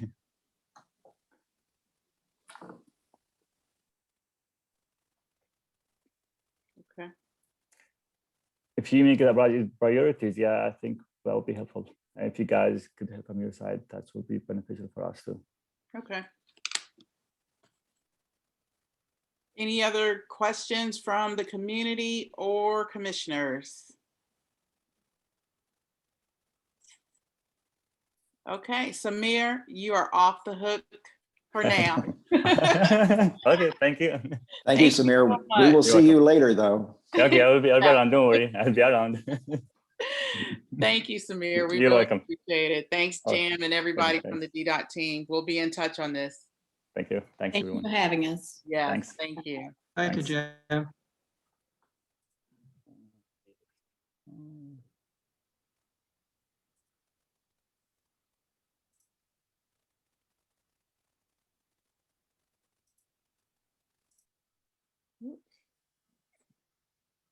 Okay, thank you, Lisa. That was very good, very informative from DDOT. And it looks like progress is being made on all fronts there. Okay, the next item on the agenda is Chevy Chase Main Street. And this is in Commissioner Gosselin and Chang's single member district. Connie and Peter, you want to take this? Well, I guess that one of us or Brianne Dornbush should introduce our new Chevy Chase Main Street manager. Alex, you're on the call, right? They're both on the call. So maybe we could elevate both of them as panelists, Lisa. Yes, give me those names again. Alex, Brianne Dornbush and Alex Krefetz. I'm Okay, not saying his name when right. you elevate him, he's going to help us with the pronunciation. I don't want to mangle. I feel bad. Good evening. No mangling at all. So pronounce it though. My name is Alex Krefetz, and I'm just want to give Brianna a chance to introduce herself as well. Okay, so let me just briefly introduce you, and then you can talk a little about yourself. So Alex comes to us from the Urban Land Institute, where he was the manager of the Washington District Council and managed technical assistant panel for them. And from similar efforts in Philadelphia, he's a graduate of the University of Maryland and has an MS in City and Regional Planning from the University of Pennsylvania. And Connie and I met with Alex and Brianne, oh, it's so hard to keep the meeting straight, last Monday, Tuesday, I think that. And we're both of the commissioners are very enthusiastic about Alex, and that we finally have him on board. He was supposed to come on board in October, but of course the process got slowed. So as Brianna said, the main Chevy Chase Main Street is something like a quarter behind, but is launching now. So do you want to say more about yourself and what your hopes are, Alex? Please, we'd love to hear. Certainly. So again, I want to thank everyone for their time this evening. Wanted to provide a little bit of information about my work and the organization I work with, District Bridges. And I also wanted to provide a little bit of an ask and information about our fundraising efforts following that. The Chevy Chase Main Street is its own sort of body. However, in the city, most of the main streets are run by sort of individual organizations that their one charge is that one main street. I'm working on behalf of District Bridges, which manages a number of contracts with a number of main streets throughout the city. One of the advantages of this is the ability to work with colleagues in other main streets, including other main streets in Northwest, such as Cleveland Park, where we hope to sort of come around on a lot of these questions and things that are cross-boundary in nature, such as the Connecticut Avenue. My work is really, again, my entire time, I work for District Bridges again, but for the Chevy Chase Main Street, all of my time is dedicated towards the Chevy Chase Main Street. The program is primarily funded by DC's DSLBD, and they provide grant funding that we sort of work with, more specifically different business owners and members of the community, to better figure out how best to target that grant money. I'm happy to share that we're still in the process of setting up the grant, what the grant schedule will be, but we're currently targeting a February release for the grant to make it open, a competitive grant for businesses in the Chevy Chase Main Street. Right now, we're targeting February 18th for the announcement of that grant and having the application deadline be on March 24th. We're also going to be working with a group to independently review each of the applications are put in. I will not be reviewing those applications, so that my time can be spent working with each business that seeks to apply, that I can make their application the best that it can be to communicate all the things they'd like to do with that grant funding. As a part of that grant funding, as it comes through DSLBD, there are certain stipulations that the city sets with what types of uses the monies are set for. That's sort of the primary pot of money that's going to be focused on this first round of grants that we're hoping to do within this quarter of work that we are, and to continue offering grant opportunities throughout the year. In addition to those grant opportunities through DSLBD, District Bridges also works to do fundraising on its own. We work on fundraising with a variety of partners, and the funds that we receive as charitable donations are actually open to whatever discretionary use we decide. So there may be, in fact, some wishes that the Main Street can sort of help to convene in certain grants and financial aspects that other grants from DSLBD might be restricted, but grants that we raise through fundraising efforts, we can use to sort of better look to the different things that might be falling in between the cracks. One thing that we've heard a lot of interest in are streetscape improvements to the area, things related to lighting, to safety, to accessibility. There's certainly some space within the grants through DSLBD to work on those. And I'm going to be working with businesses that I'm sure are interested in those opportunities as well. But this fundraising provides us an opportunity to sort of expand the type of work that we're working on. On behalf of District Bridges, I would like to sort of put forward a request. We believe that ANC 3 and 4G has really worked to help bring this Main Street. So many folks who are on this call, either that are panelists right now that you see, and folks that I'm sure that are joined that are not currently panelists, work to make this program happen. We're very excited to start the work, and particularly start with these grants. And we feel that the ANC can continue investing in the Main Street and the types of programming that we're able to offer, as well as the grant funds we can pass on to businesses and organizations on the Main Street. So thanks to your sort of tremendous advocacy for this program in the past, we put this request forward, and I'm also happy to answer any questions about the organization as well. I'll also just add, while we are a quarter behind due to circumstances unforeseen, we are hitting the ground running, and we will make up that time and then some. So I have no doubt that this program will be one of our strongest before you know it. So just wanted to add that little caveat. Okay, can I just make a point of clarification on what I think Alex said? That last little bit you were talking about was about a grant, that an application that you have with us. Is that correct? Or yeah, okay. I mean, there was a lot of talk about a lot of grants, and you were going to offer grants, and DSLB is going to give you grants, and but the last $2,000 of that is about, we're going to give you, you're asking us to give you a $2,000 grant to use to give grants to other, is that right? That is correct. Right now, we don't have a specific plan for fundraising grants granted in that we would collect in that way for the organization. Sort of at the start of the year, as we're beginning our programming with the calendar year, and particularly moving into the spring and summer, where hopefully Chevy Chase's Main Street can be active in a number of different ways, we would like to sort of ask folks for donations like this to sort of help stimulate programming beyond what we could do with just the DSLBD funding. Okay, and Randy, a question to you is that issue, does that are we moving that tonight and discussing that? And no, the process for grants is that there is a presentation, which is tonight, and then we can't vote on it tonight. We have to wait until the next meeting to vote on it. But the presentation should describe what the grant's going to do, with as much specificity as possible. And I've talked to Brianne about this before, but really the Office of Advisory Neighborhood Commissions likes to see as much specificity as possible. And the amended grant application that you submitted, I think satisfies that.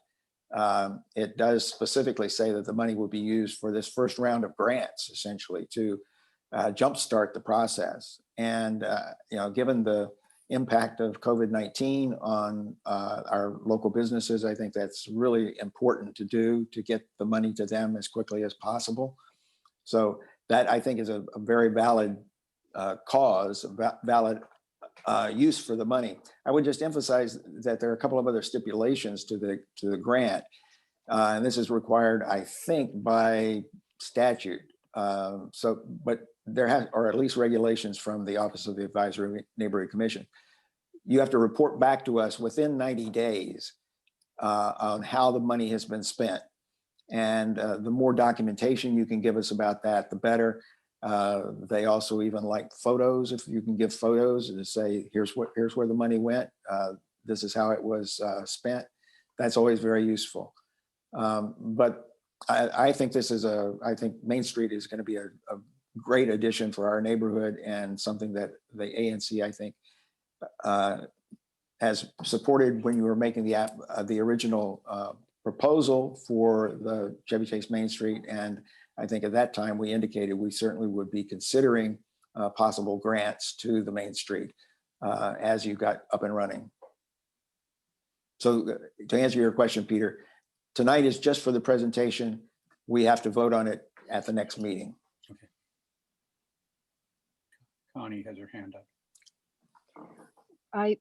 Thank you, Alex. Thank you, Brianne. I wanted to ask you some more questions about, not about your application to a grant from us, but about your grant program, if you can. Number one, have you decided on the amount of money that will be given out as grants? And have you decided the amount per grant? And also the third question is, I understand that you received about 111 letters of support when you applied for this grant from the department. And I'd like to know how many of those letters, if you have these figures in your head, how many of those letters contained additional financial support from the community, and how much, what that total amount is, and how you will be collecting that. And is that part of that fundraising that you were talking about? Thank you. Sure. So, Brianne, would you? I will find the actual numbers on the fundraising while Alex answers on the grant front.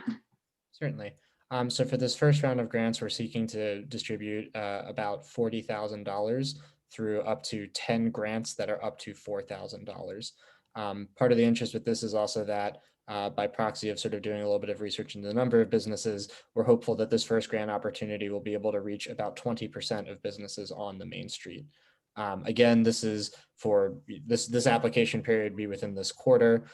Each Main Street sort of receives funding throughout the year. Because of the way that the first year of a Main Street being set up, this is the resources we have at this time. There will be some remaining dollars left over from our sort of first promises from this quarter of the grant that will roll over into the second quarter, or into the third quarter rather. And we seek to sort of go through this first granting process, learn about what areas this touched on that worked and which ones didn't, and have that better inform our quarter three, which would be our second grant round.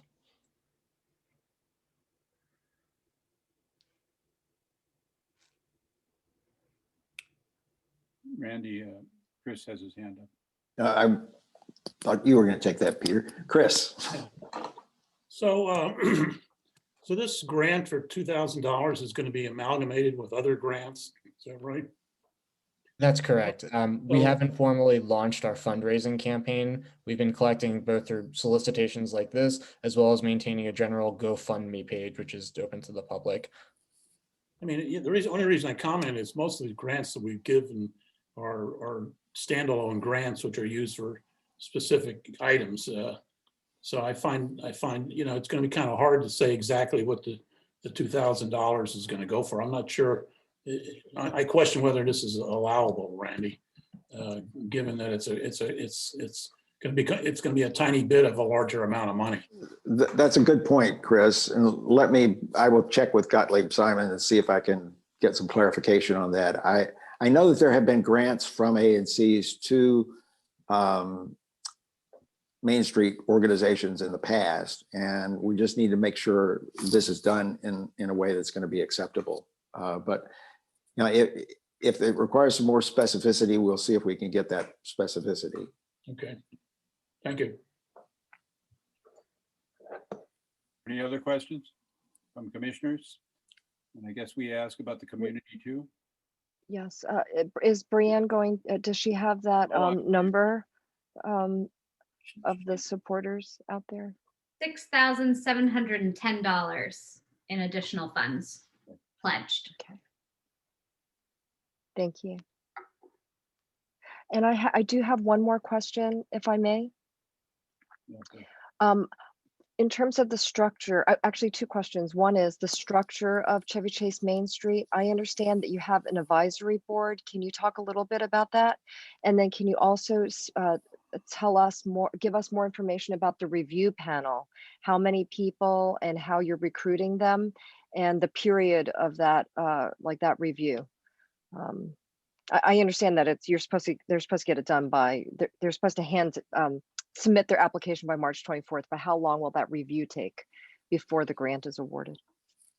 So I think Brian can fill in a little bit more about what the grant review process looks like. I can say, for one thing, in terms of the timeline of that, we're aiming to have information out to applicants that they received, you know, those who did receive the grant by April 7th.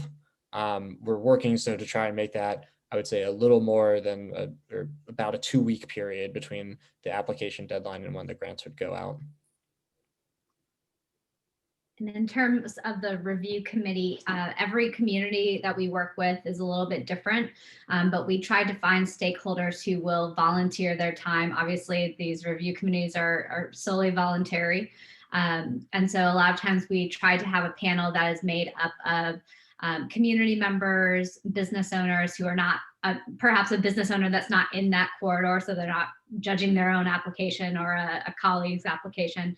But we try to get a representative group of community stakeholders who have a vested interest in the neighborhood. And we set out our grant criteria prior to the grant application that's shared in the application process, so that businesses are very clear on how the grants will be scored.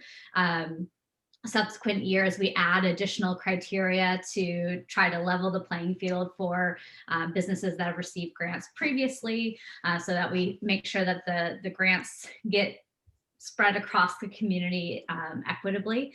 And then once the grants are all tallied up, we go through the scores together and have discussions. So the awards are made on the highest scores, but then there's obviously discretion if, you know, we only had so much money and there were 2 grants that were equal in score. Sometimes we would split the difference. So the review committee is able to work with the businesses and make recommendations to us as to how we should award the money. And then of course, we always leave our District Bridges staff out of the review process. You know, we help, you know, we provide the applications, make sure that they're valid, but so that we can provide support to the businesses, we always recuse ourselves. So if there are any business owners on this call today, please reach out to Alex. We are absolutely here to support and help you with these applications. We want to give this money away.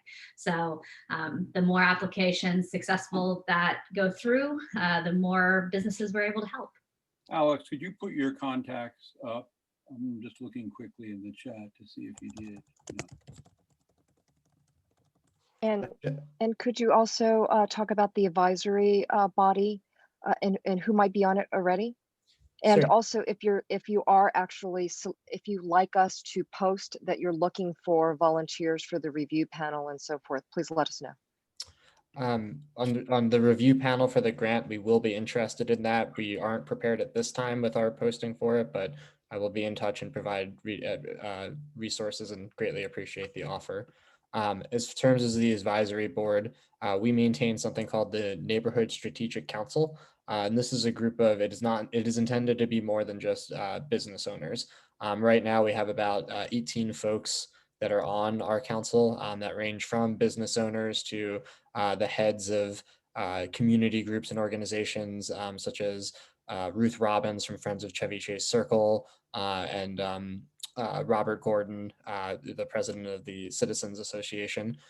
We also are interested in having residents and other organizations serve on that. I will say, and as a more general statement, we are interested in expanding on the NSC, the number of folks that live in the apartment buildings and multifamily units that are nearby Chevy Chase. These technically are really, we're looking towards the Chevy Chase house, the Roberta, the apartments there that are technically just south of the main street, but it's a shared feeling that we want to ensure that this is a space that includes the considerations of all types of folks who are living there. So I'm interested in trying to solicit information from folks who might be interested there.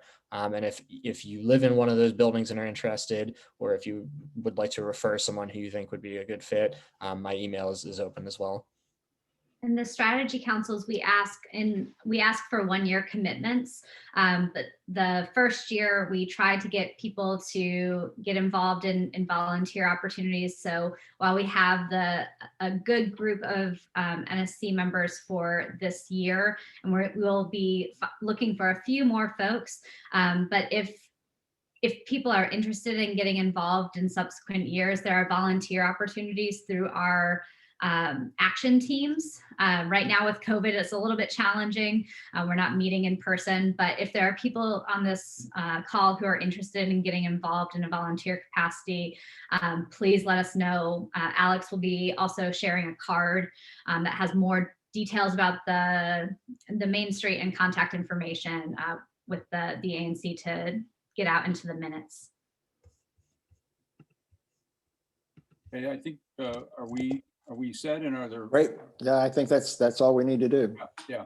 So I guess we close this section of our business. Is that right? Okay. Yes. And thanks, Alex and Brianne. We really appreciate the work that you're doing too. I mean, this is really important for our community, and we really, really appreciate it. Thank you. We would not have been able to do it without your all's advocacy. So thank you very, very much. Thank You're you. welcome. I realized my email was only sent to panelists, so it should be visible to all now, but it's just alex@districtbridges.org. Thank you again for your time. Thank Thank you. you. Yeah. Bye. Okay, the last substantive issue on our topic on our agenda is the discussion and possible vote on testimony at the council's oversight hearings. And I've talked about this at prior meetings, and I think someone from Councilmember Che's office posted the schedule or the link to the schedule for all of the oversight hearings this spring. And this is a real unique opportunity for anyone, but particularly I think for ANCs, to get the ear of the council member who sits on the committee that oversees particular agencies, and to get the agency head. Both of them will be at the hearing and will be listening to us. And so it's a real opportunity for us to get their ear. Lisa, you wanted to? Yeah, Randy, I'm having technical difficulty changing Brianne's role. Can you try to change it from your? Let me see if I can do it. She is so gracious. I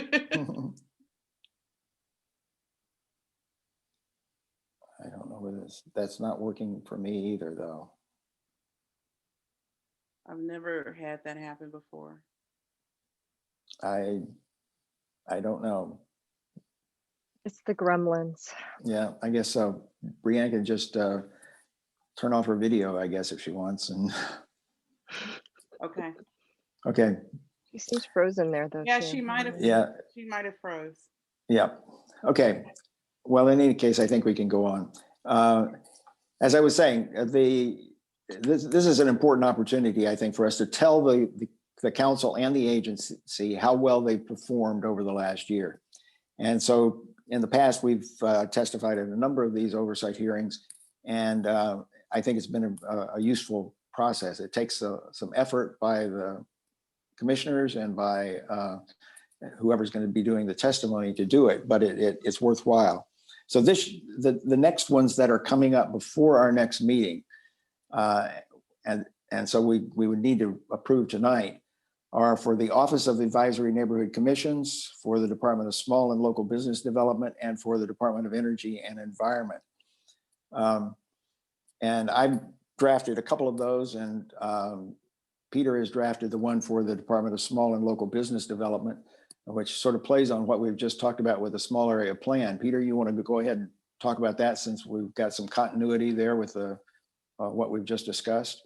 Yeah, simply this would be our first time, at least in memory, of testifying about this department. And I've tried to write a tentative assessment of their performance, since we haven't dealt with them very much. The Main Street, which they fund, is just launching. Connie and I had a conversation with Brianna and Alex last week. I've talked to Jerry. I've emailed back and forth with them. And so what I've tried to do is summarize some of the concerns they raised. But I've tried to say that, all I really want this testimony to do is to say, we're going to be watching, and we hope the council committee does as well.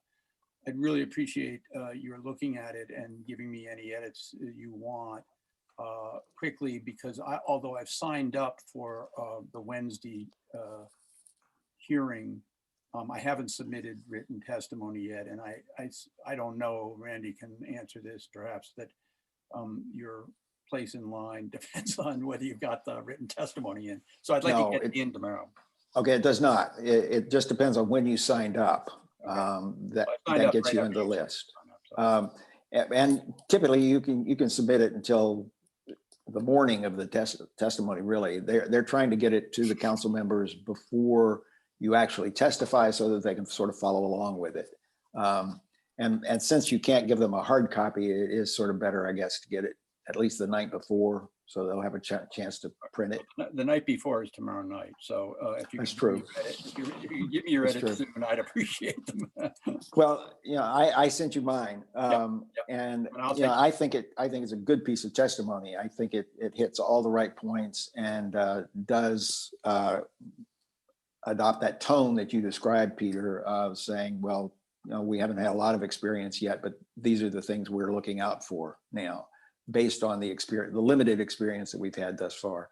And I think that's exactly appropriate in this circumstance. So you want to move our approval of that testimony? I don't know whether everyone's had a chance to look at it, but. I take it they can take edits after we approve the concept. Yes, that's fine.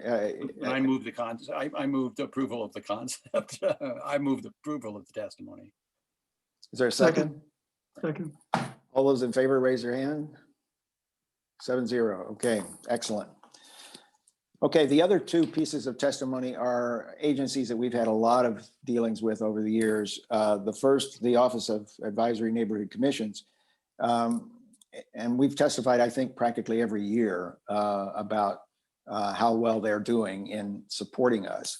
And the two issues that we have this time are ones we have raised previously. They're communications among ANCs, helping us to foster that kind of communication, and then communication helping us to better communicate between commissioners and their constituents. And these are both issues that we've raised with the committee before. It's been a very sympathetic ear we've gotten from Robert White, who's the chair of the commission. But there's not been a lot of concrete change. And so it's worth reminding them again. The other thing that is advantageous this year that we haven't had in the past is the Office of the Chief Technology Officer is no longer under a separate committee. It's under the same committee as Councilmember White chairs. They changed the name of it this year. It's now Government Operations and Facilities, but it includes both OCTO and OANC. And that's going to be advantageous, I think, because he can then say to both of those agencies, let's work together with the ANCs to try to get better communications among commissioners and better communications between commissioners and their constituents. And so that's the thrust of the testimony. And I think it's just another reminder both to Gottlieb Simon and to Councilmember White that these issues remain and that we are interested in trying to push them further. So I move the adoption of the testimony. Or any question? Let me move it first. I move the adoption of the testimony. Is there a second? I second. Second. Okay, any comments or suggestions? Peter? I apologize. I haven't often added to your OANC testimony, but besides the two vectors that you described, I mean, OANC's performance in the one place I've really seen them, that boot camp, was just awful. Yeah. And we are very sensitive. Certainly this new crop of commissioners is very sensitive to the fact that our own technology we need to step up our game there. It would really help if there was somebody in that office. I mean, presumably, particularly with everybody doing Zoom, we all are facing a set of problems that are similar. And if there was some resource at OANC to talk about, websites, Zoom, improving the production values for Zoom meetings, we'd look more professional. I think our constituents would feel better about, our performance and about our representing them. And you'd be solving problems across the city if ANC was doing a better job of that. Well, this one is going to be a little bit difficult for us to make any changes at this point because the testimony is tomorrow morning. All right, I'm going to approve it. So, I mean, either we can approve this. I can certainly mention those things, and I suspect there will be questions. There are only 2 commissioners who have signed up to testify tomorrow. And so it's there's probably going to be plenty of time to discuss whatever we want to discuss. John? Yeah, not for the testimony, but just for the record, the 2-hour treasurers meeting actually went off pretty much without a hitch for the treasurers training. So I give them credit for that. That was it was well done within the current technology. So just a footnote there. But I think the long-term aspect that Peter was pointing out is definitely important to kind of up our game in the technology sector. Yeah, the problem is Gottlieb is not particularly technologically savvy. They look like they need maybe not a technology officer, but they need a technology person. Or someone from OCTO to help them.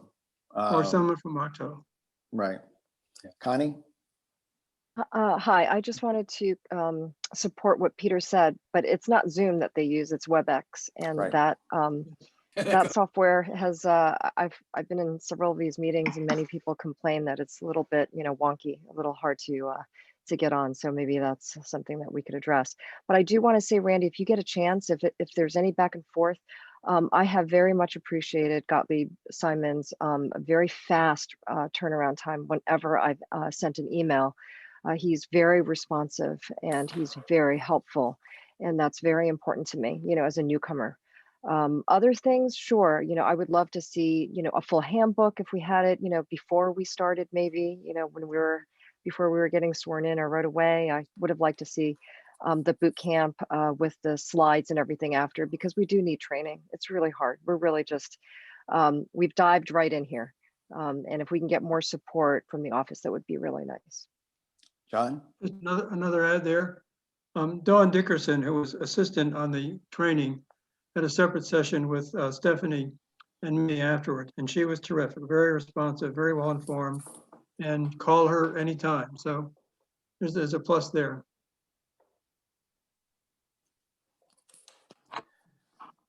Okay, okay.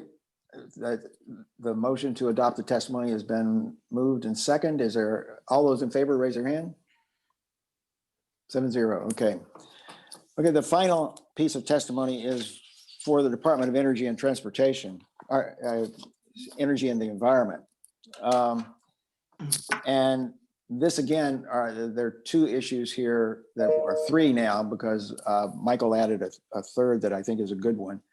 But the three issues are ones that we have raised before, both with the Department of Energy and with either Department of Transportation or DC Water as well. But the first is with regard to replacement of lead service pipes. And this is what all of us get our drinking water from. And it is still astounding to me that there are thousands and thousands of lead pipes throughout the city, including in our neighborhood. If you look at the map that DC Water has prepared, there are scattered lead pipes all over our community. And the science is that there is no safe level of lead in water. So that those pipes, anytime they're disturbed, can release lead into the water, into the drinking water. And it is extraordinarily detrimental, as we all know from Flint and other experiences. In fact, here in Washington, about 15 years ago, there was a really serious problem with the release of lead. They have begun to address the problem, but it is very, very slow. And what we want to call attention to for the council and for DOEE is to treat this problem seriously. And the importance of this is, particularly for DOEE, is that the director of DOEE, Tommy Wells, also sits as the chair of the board of DC Water. So he has a lot of influence and power to be able to address this issue.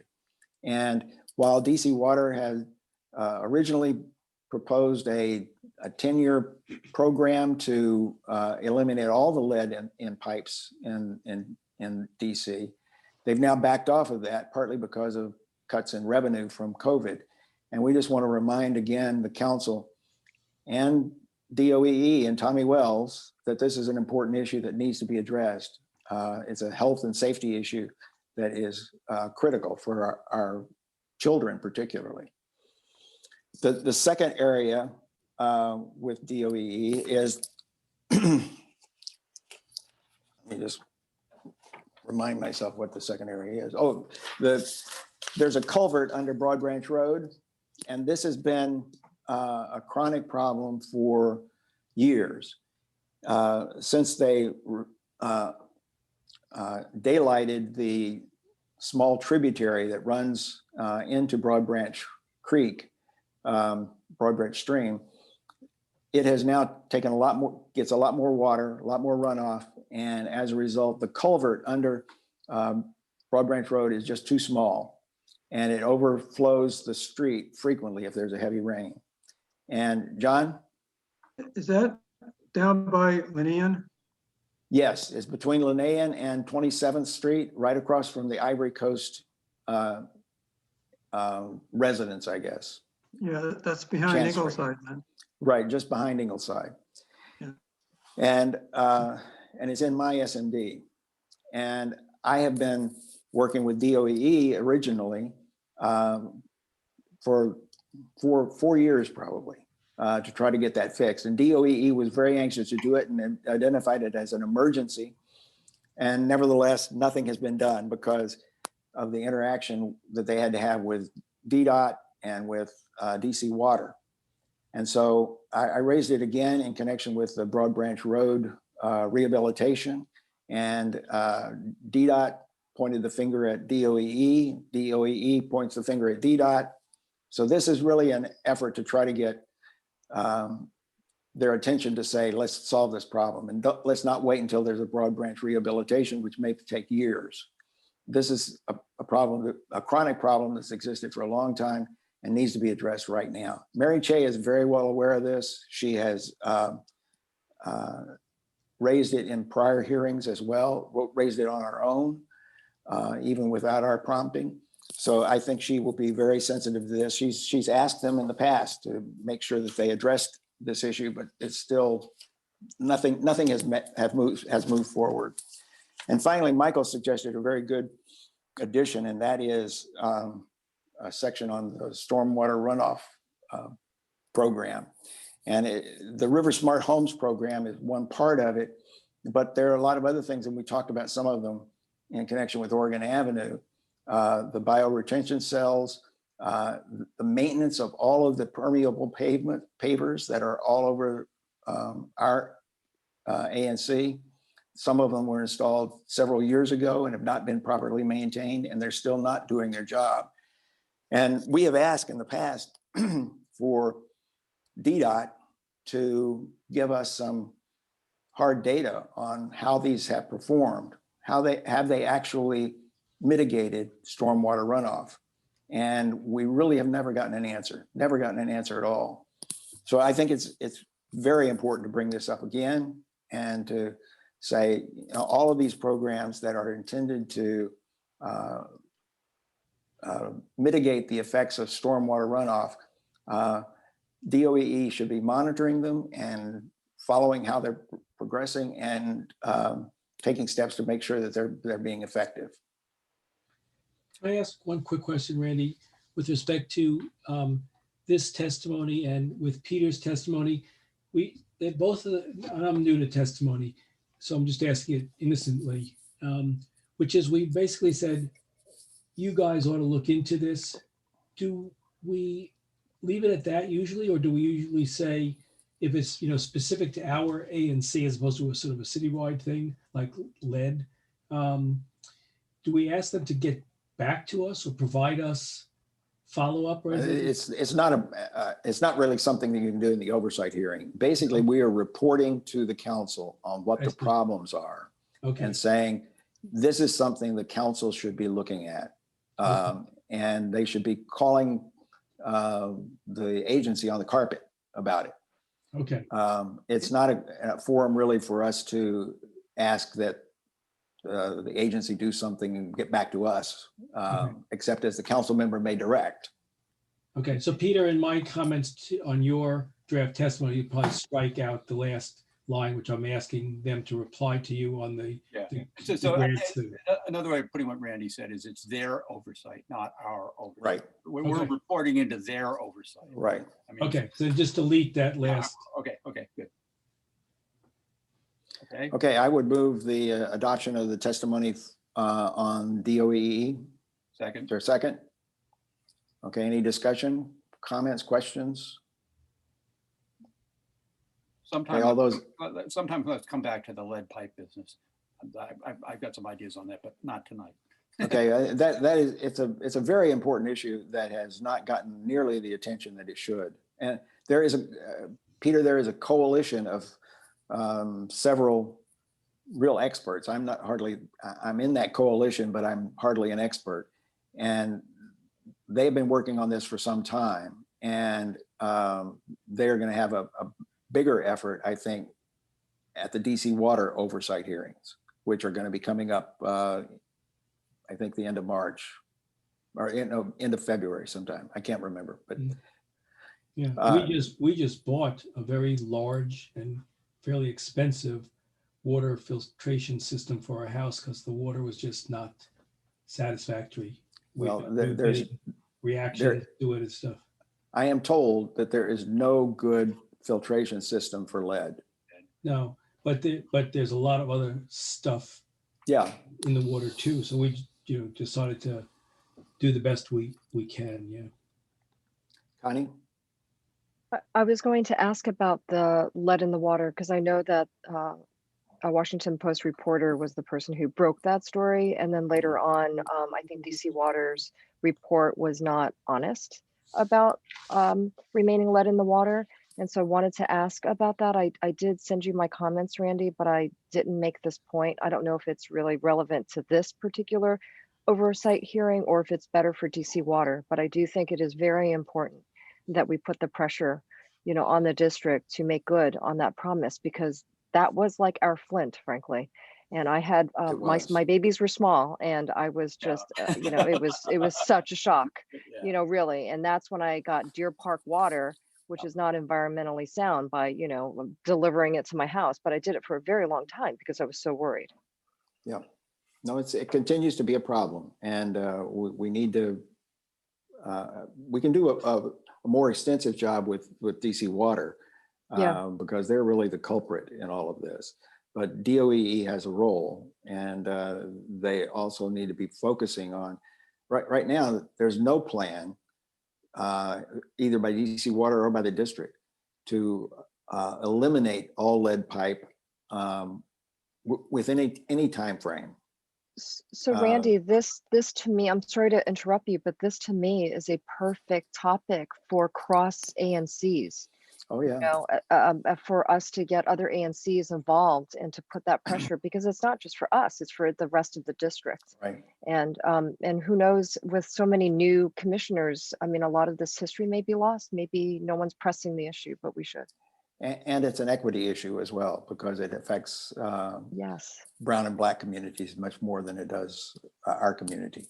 Is the water pipes that are lead filled ones, the really big water pipes in the No. middle of the streets, or the ones that go from the street No, from the street to your house? Lead pipe was never used for anything greater than, I think it's 4 inches diameter. And so it really is only the service lines. And what happened was, I mean, I can go into a lot of detail about this, but what happened was that the DC Water owns the service line going into your meter, from the main line to your meter. And then from your meter to your house, it is owned by the property owner. And both of those lines were sometimes lead. And what the DC Water did was they came in and they replaced their half of the lead pipe, but it disturbed the other half sufficiently so that you got a great release of lead at that point. It actually worsened the problem. What they did was repaired the side. They replaced their side of the service line from the main line to the meter. But that disturbed the line sufficiently that it actually released lead that was in the remainder of the service line. And so unless you replace the entire service line, you will exacerbate the problem. You will make it worse rather than better. Can a homeowner though, if the meter to the house is the homeowner's responsibility, can they themselves replace it? Of course. And there is now there's a program now, and this was after the problem 15 years ago. DC enacted a statute, it's referenced in the testimony, that then required DC Water to provide a mechanism for the homeowner to pay for their side of the house too. And there are now contractors that are available to do that. They've got a whole program to do it. It's not well funded. Thousands of dollars to do it. Yeah, it costs $5,000. $5,000, something like that. Yeah, I got a quote from my house. And there is some funding from some rebates from the district for that, but they're not nearly enough, and they apply only in a limited number of circumstances. So it's a huge problem that they've got a Band-Aid on right now. So Connie or Lisa, I'm sorry, Lisa. Yeah, I just wanted to add that that presentation actually, Randy, I'm sure you and Chris remember at the Housing Authority. I mean, I'm sorry, I'm thinking of two separate things at once, but the commission had a presentation on this. Was it roughly about a year ago, or maybe a little over a year ago? I don't know if that was on video, but it was out of all the presentations I've had at the commission, that was probably the most memorable. So maybe the minutes are, it was probably about a year and a half ago. Very interesting. But I just wanted to add that, as we think about lead as an issue, one of the things that was common in terms of housing is lead in housing and lead in soil. So Right. it's much broader than just lead and water. Yeah, although water is an easy way for it to get right directly into people. And so. Well, housing is, we have Yeah. plenty of examples, and Oh, yeah. Baltimore is one, where our young kids and, housing, especially public housing, are ingesting lead very frequently, and it's causing serious damage.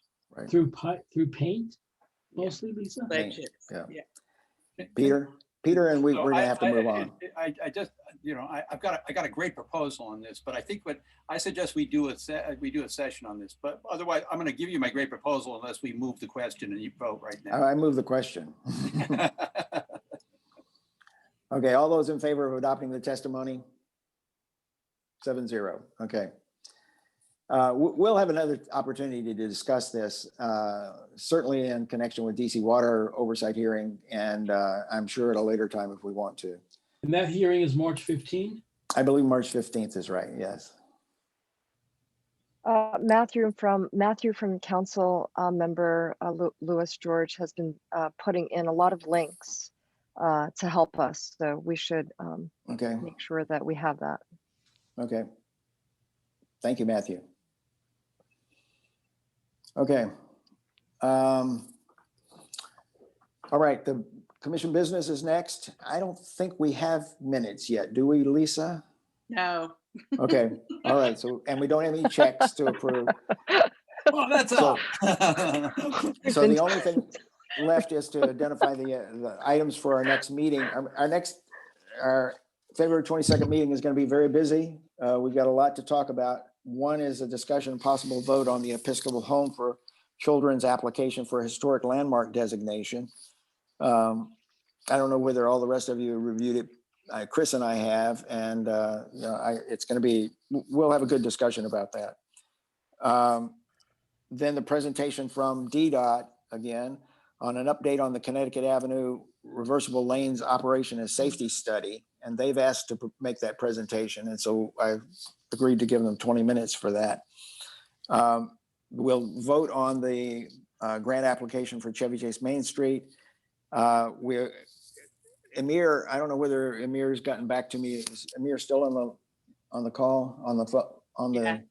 Okay. I gave Emir a list of people that we would like to hear from on the mayor's budget process, and I'm hoping we can do that on the 22nd. And then we've got possible testimony again for oversight hearings for the Office of the Chief Technology Officer, the Department of Transportation, and Metropolitan Police Department. If we want to, DDOT obviously is going to be a big one. MPD could be a big one too. So we've got some work to do on that before that next meeting so that we can have some testimony. Peter? Just really quickly, what is surveillance, transparency, and accountability? What are we referring to there? Lisa? It is basically MPD's use of surveillance technology throughout the city, and the transparency is the call for oversight of how that's done. So I will, I've already started a Dropbox folder for you all with information on that, including past testimony to the council. So now that we have a date confirmed, I'll send you the link this week, and you can start going in there and looking at the background information. That's going to be March 8th. Yes. Rather than on the 22nd. Yeah. So can I just, my calendar is a mess. Can someone tell me what the meeting schedule is now? We're going 8, 11, right? No. Well, 11 is an administrative meeting. That's a meeting. It doesn't matter to me what you want to call it. We're a meeting. I know this is I think it's the 6th meeting we've had in the last 4 weeks. Right. So 8, 11, and then do we go to 22? Yes. Oh my God! I'm gonna have to pull the needle out. we have our regular meetings, and this is we adopted this schedule at our January 11th meeting. is every second and fourth Monday. Right, I just didn't know whether we had a task force or any other.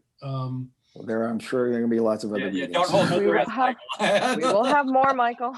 No, I just didn't want to make sure, I It's want not to make over. sure that there's, that my schedule is up to date. And So we Michael, I did a chart of the meeting schedule in the minutes for the January 11th meeting. Right. So Okay. if you want a chart, you could look in there and reference that. Okay, Mhm. Connie? 22nd, 8. I wanted to make sure, Randy, that for February 22nd, you had Erkin Osberg, the small area Oh, that was plan, just added. Yeah. correct? So I don't want Right, you to right. miss Okay. that, please. Okay, Thank you. Erkin. One Erkin, question, mhm. Okay, John? from Main Street, do we have a written package that we can look at? Yes. Peter, Connie, you gonna circulate that? Yeah, we can circulate that Google Doc. I'm happy to do it, or Peter can, whichever, whoever, one of us, we can do that right after the call. Did we figure out how to pull it out of all that? I can do it. Okay, fine, you do it. I will do it. I'll get it done. Yeah. Send it to everyone. Okay, Okay. all so- right. And in turn, well, we'll talk next week about how the grant fits into our budget and all of that.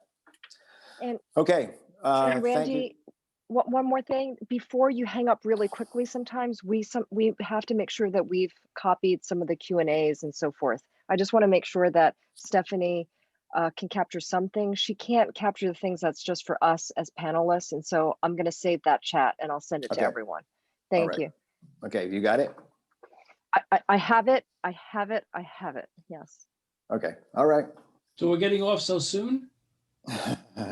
You can stay on, Michael. You can Okay, stay good. on. I'll leave it for Thank you. Okay, I'll be on until the 11th. okay. All right, good night, guys. Good night, everyone. Night. Thank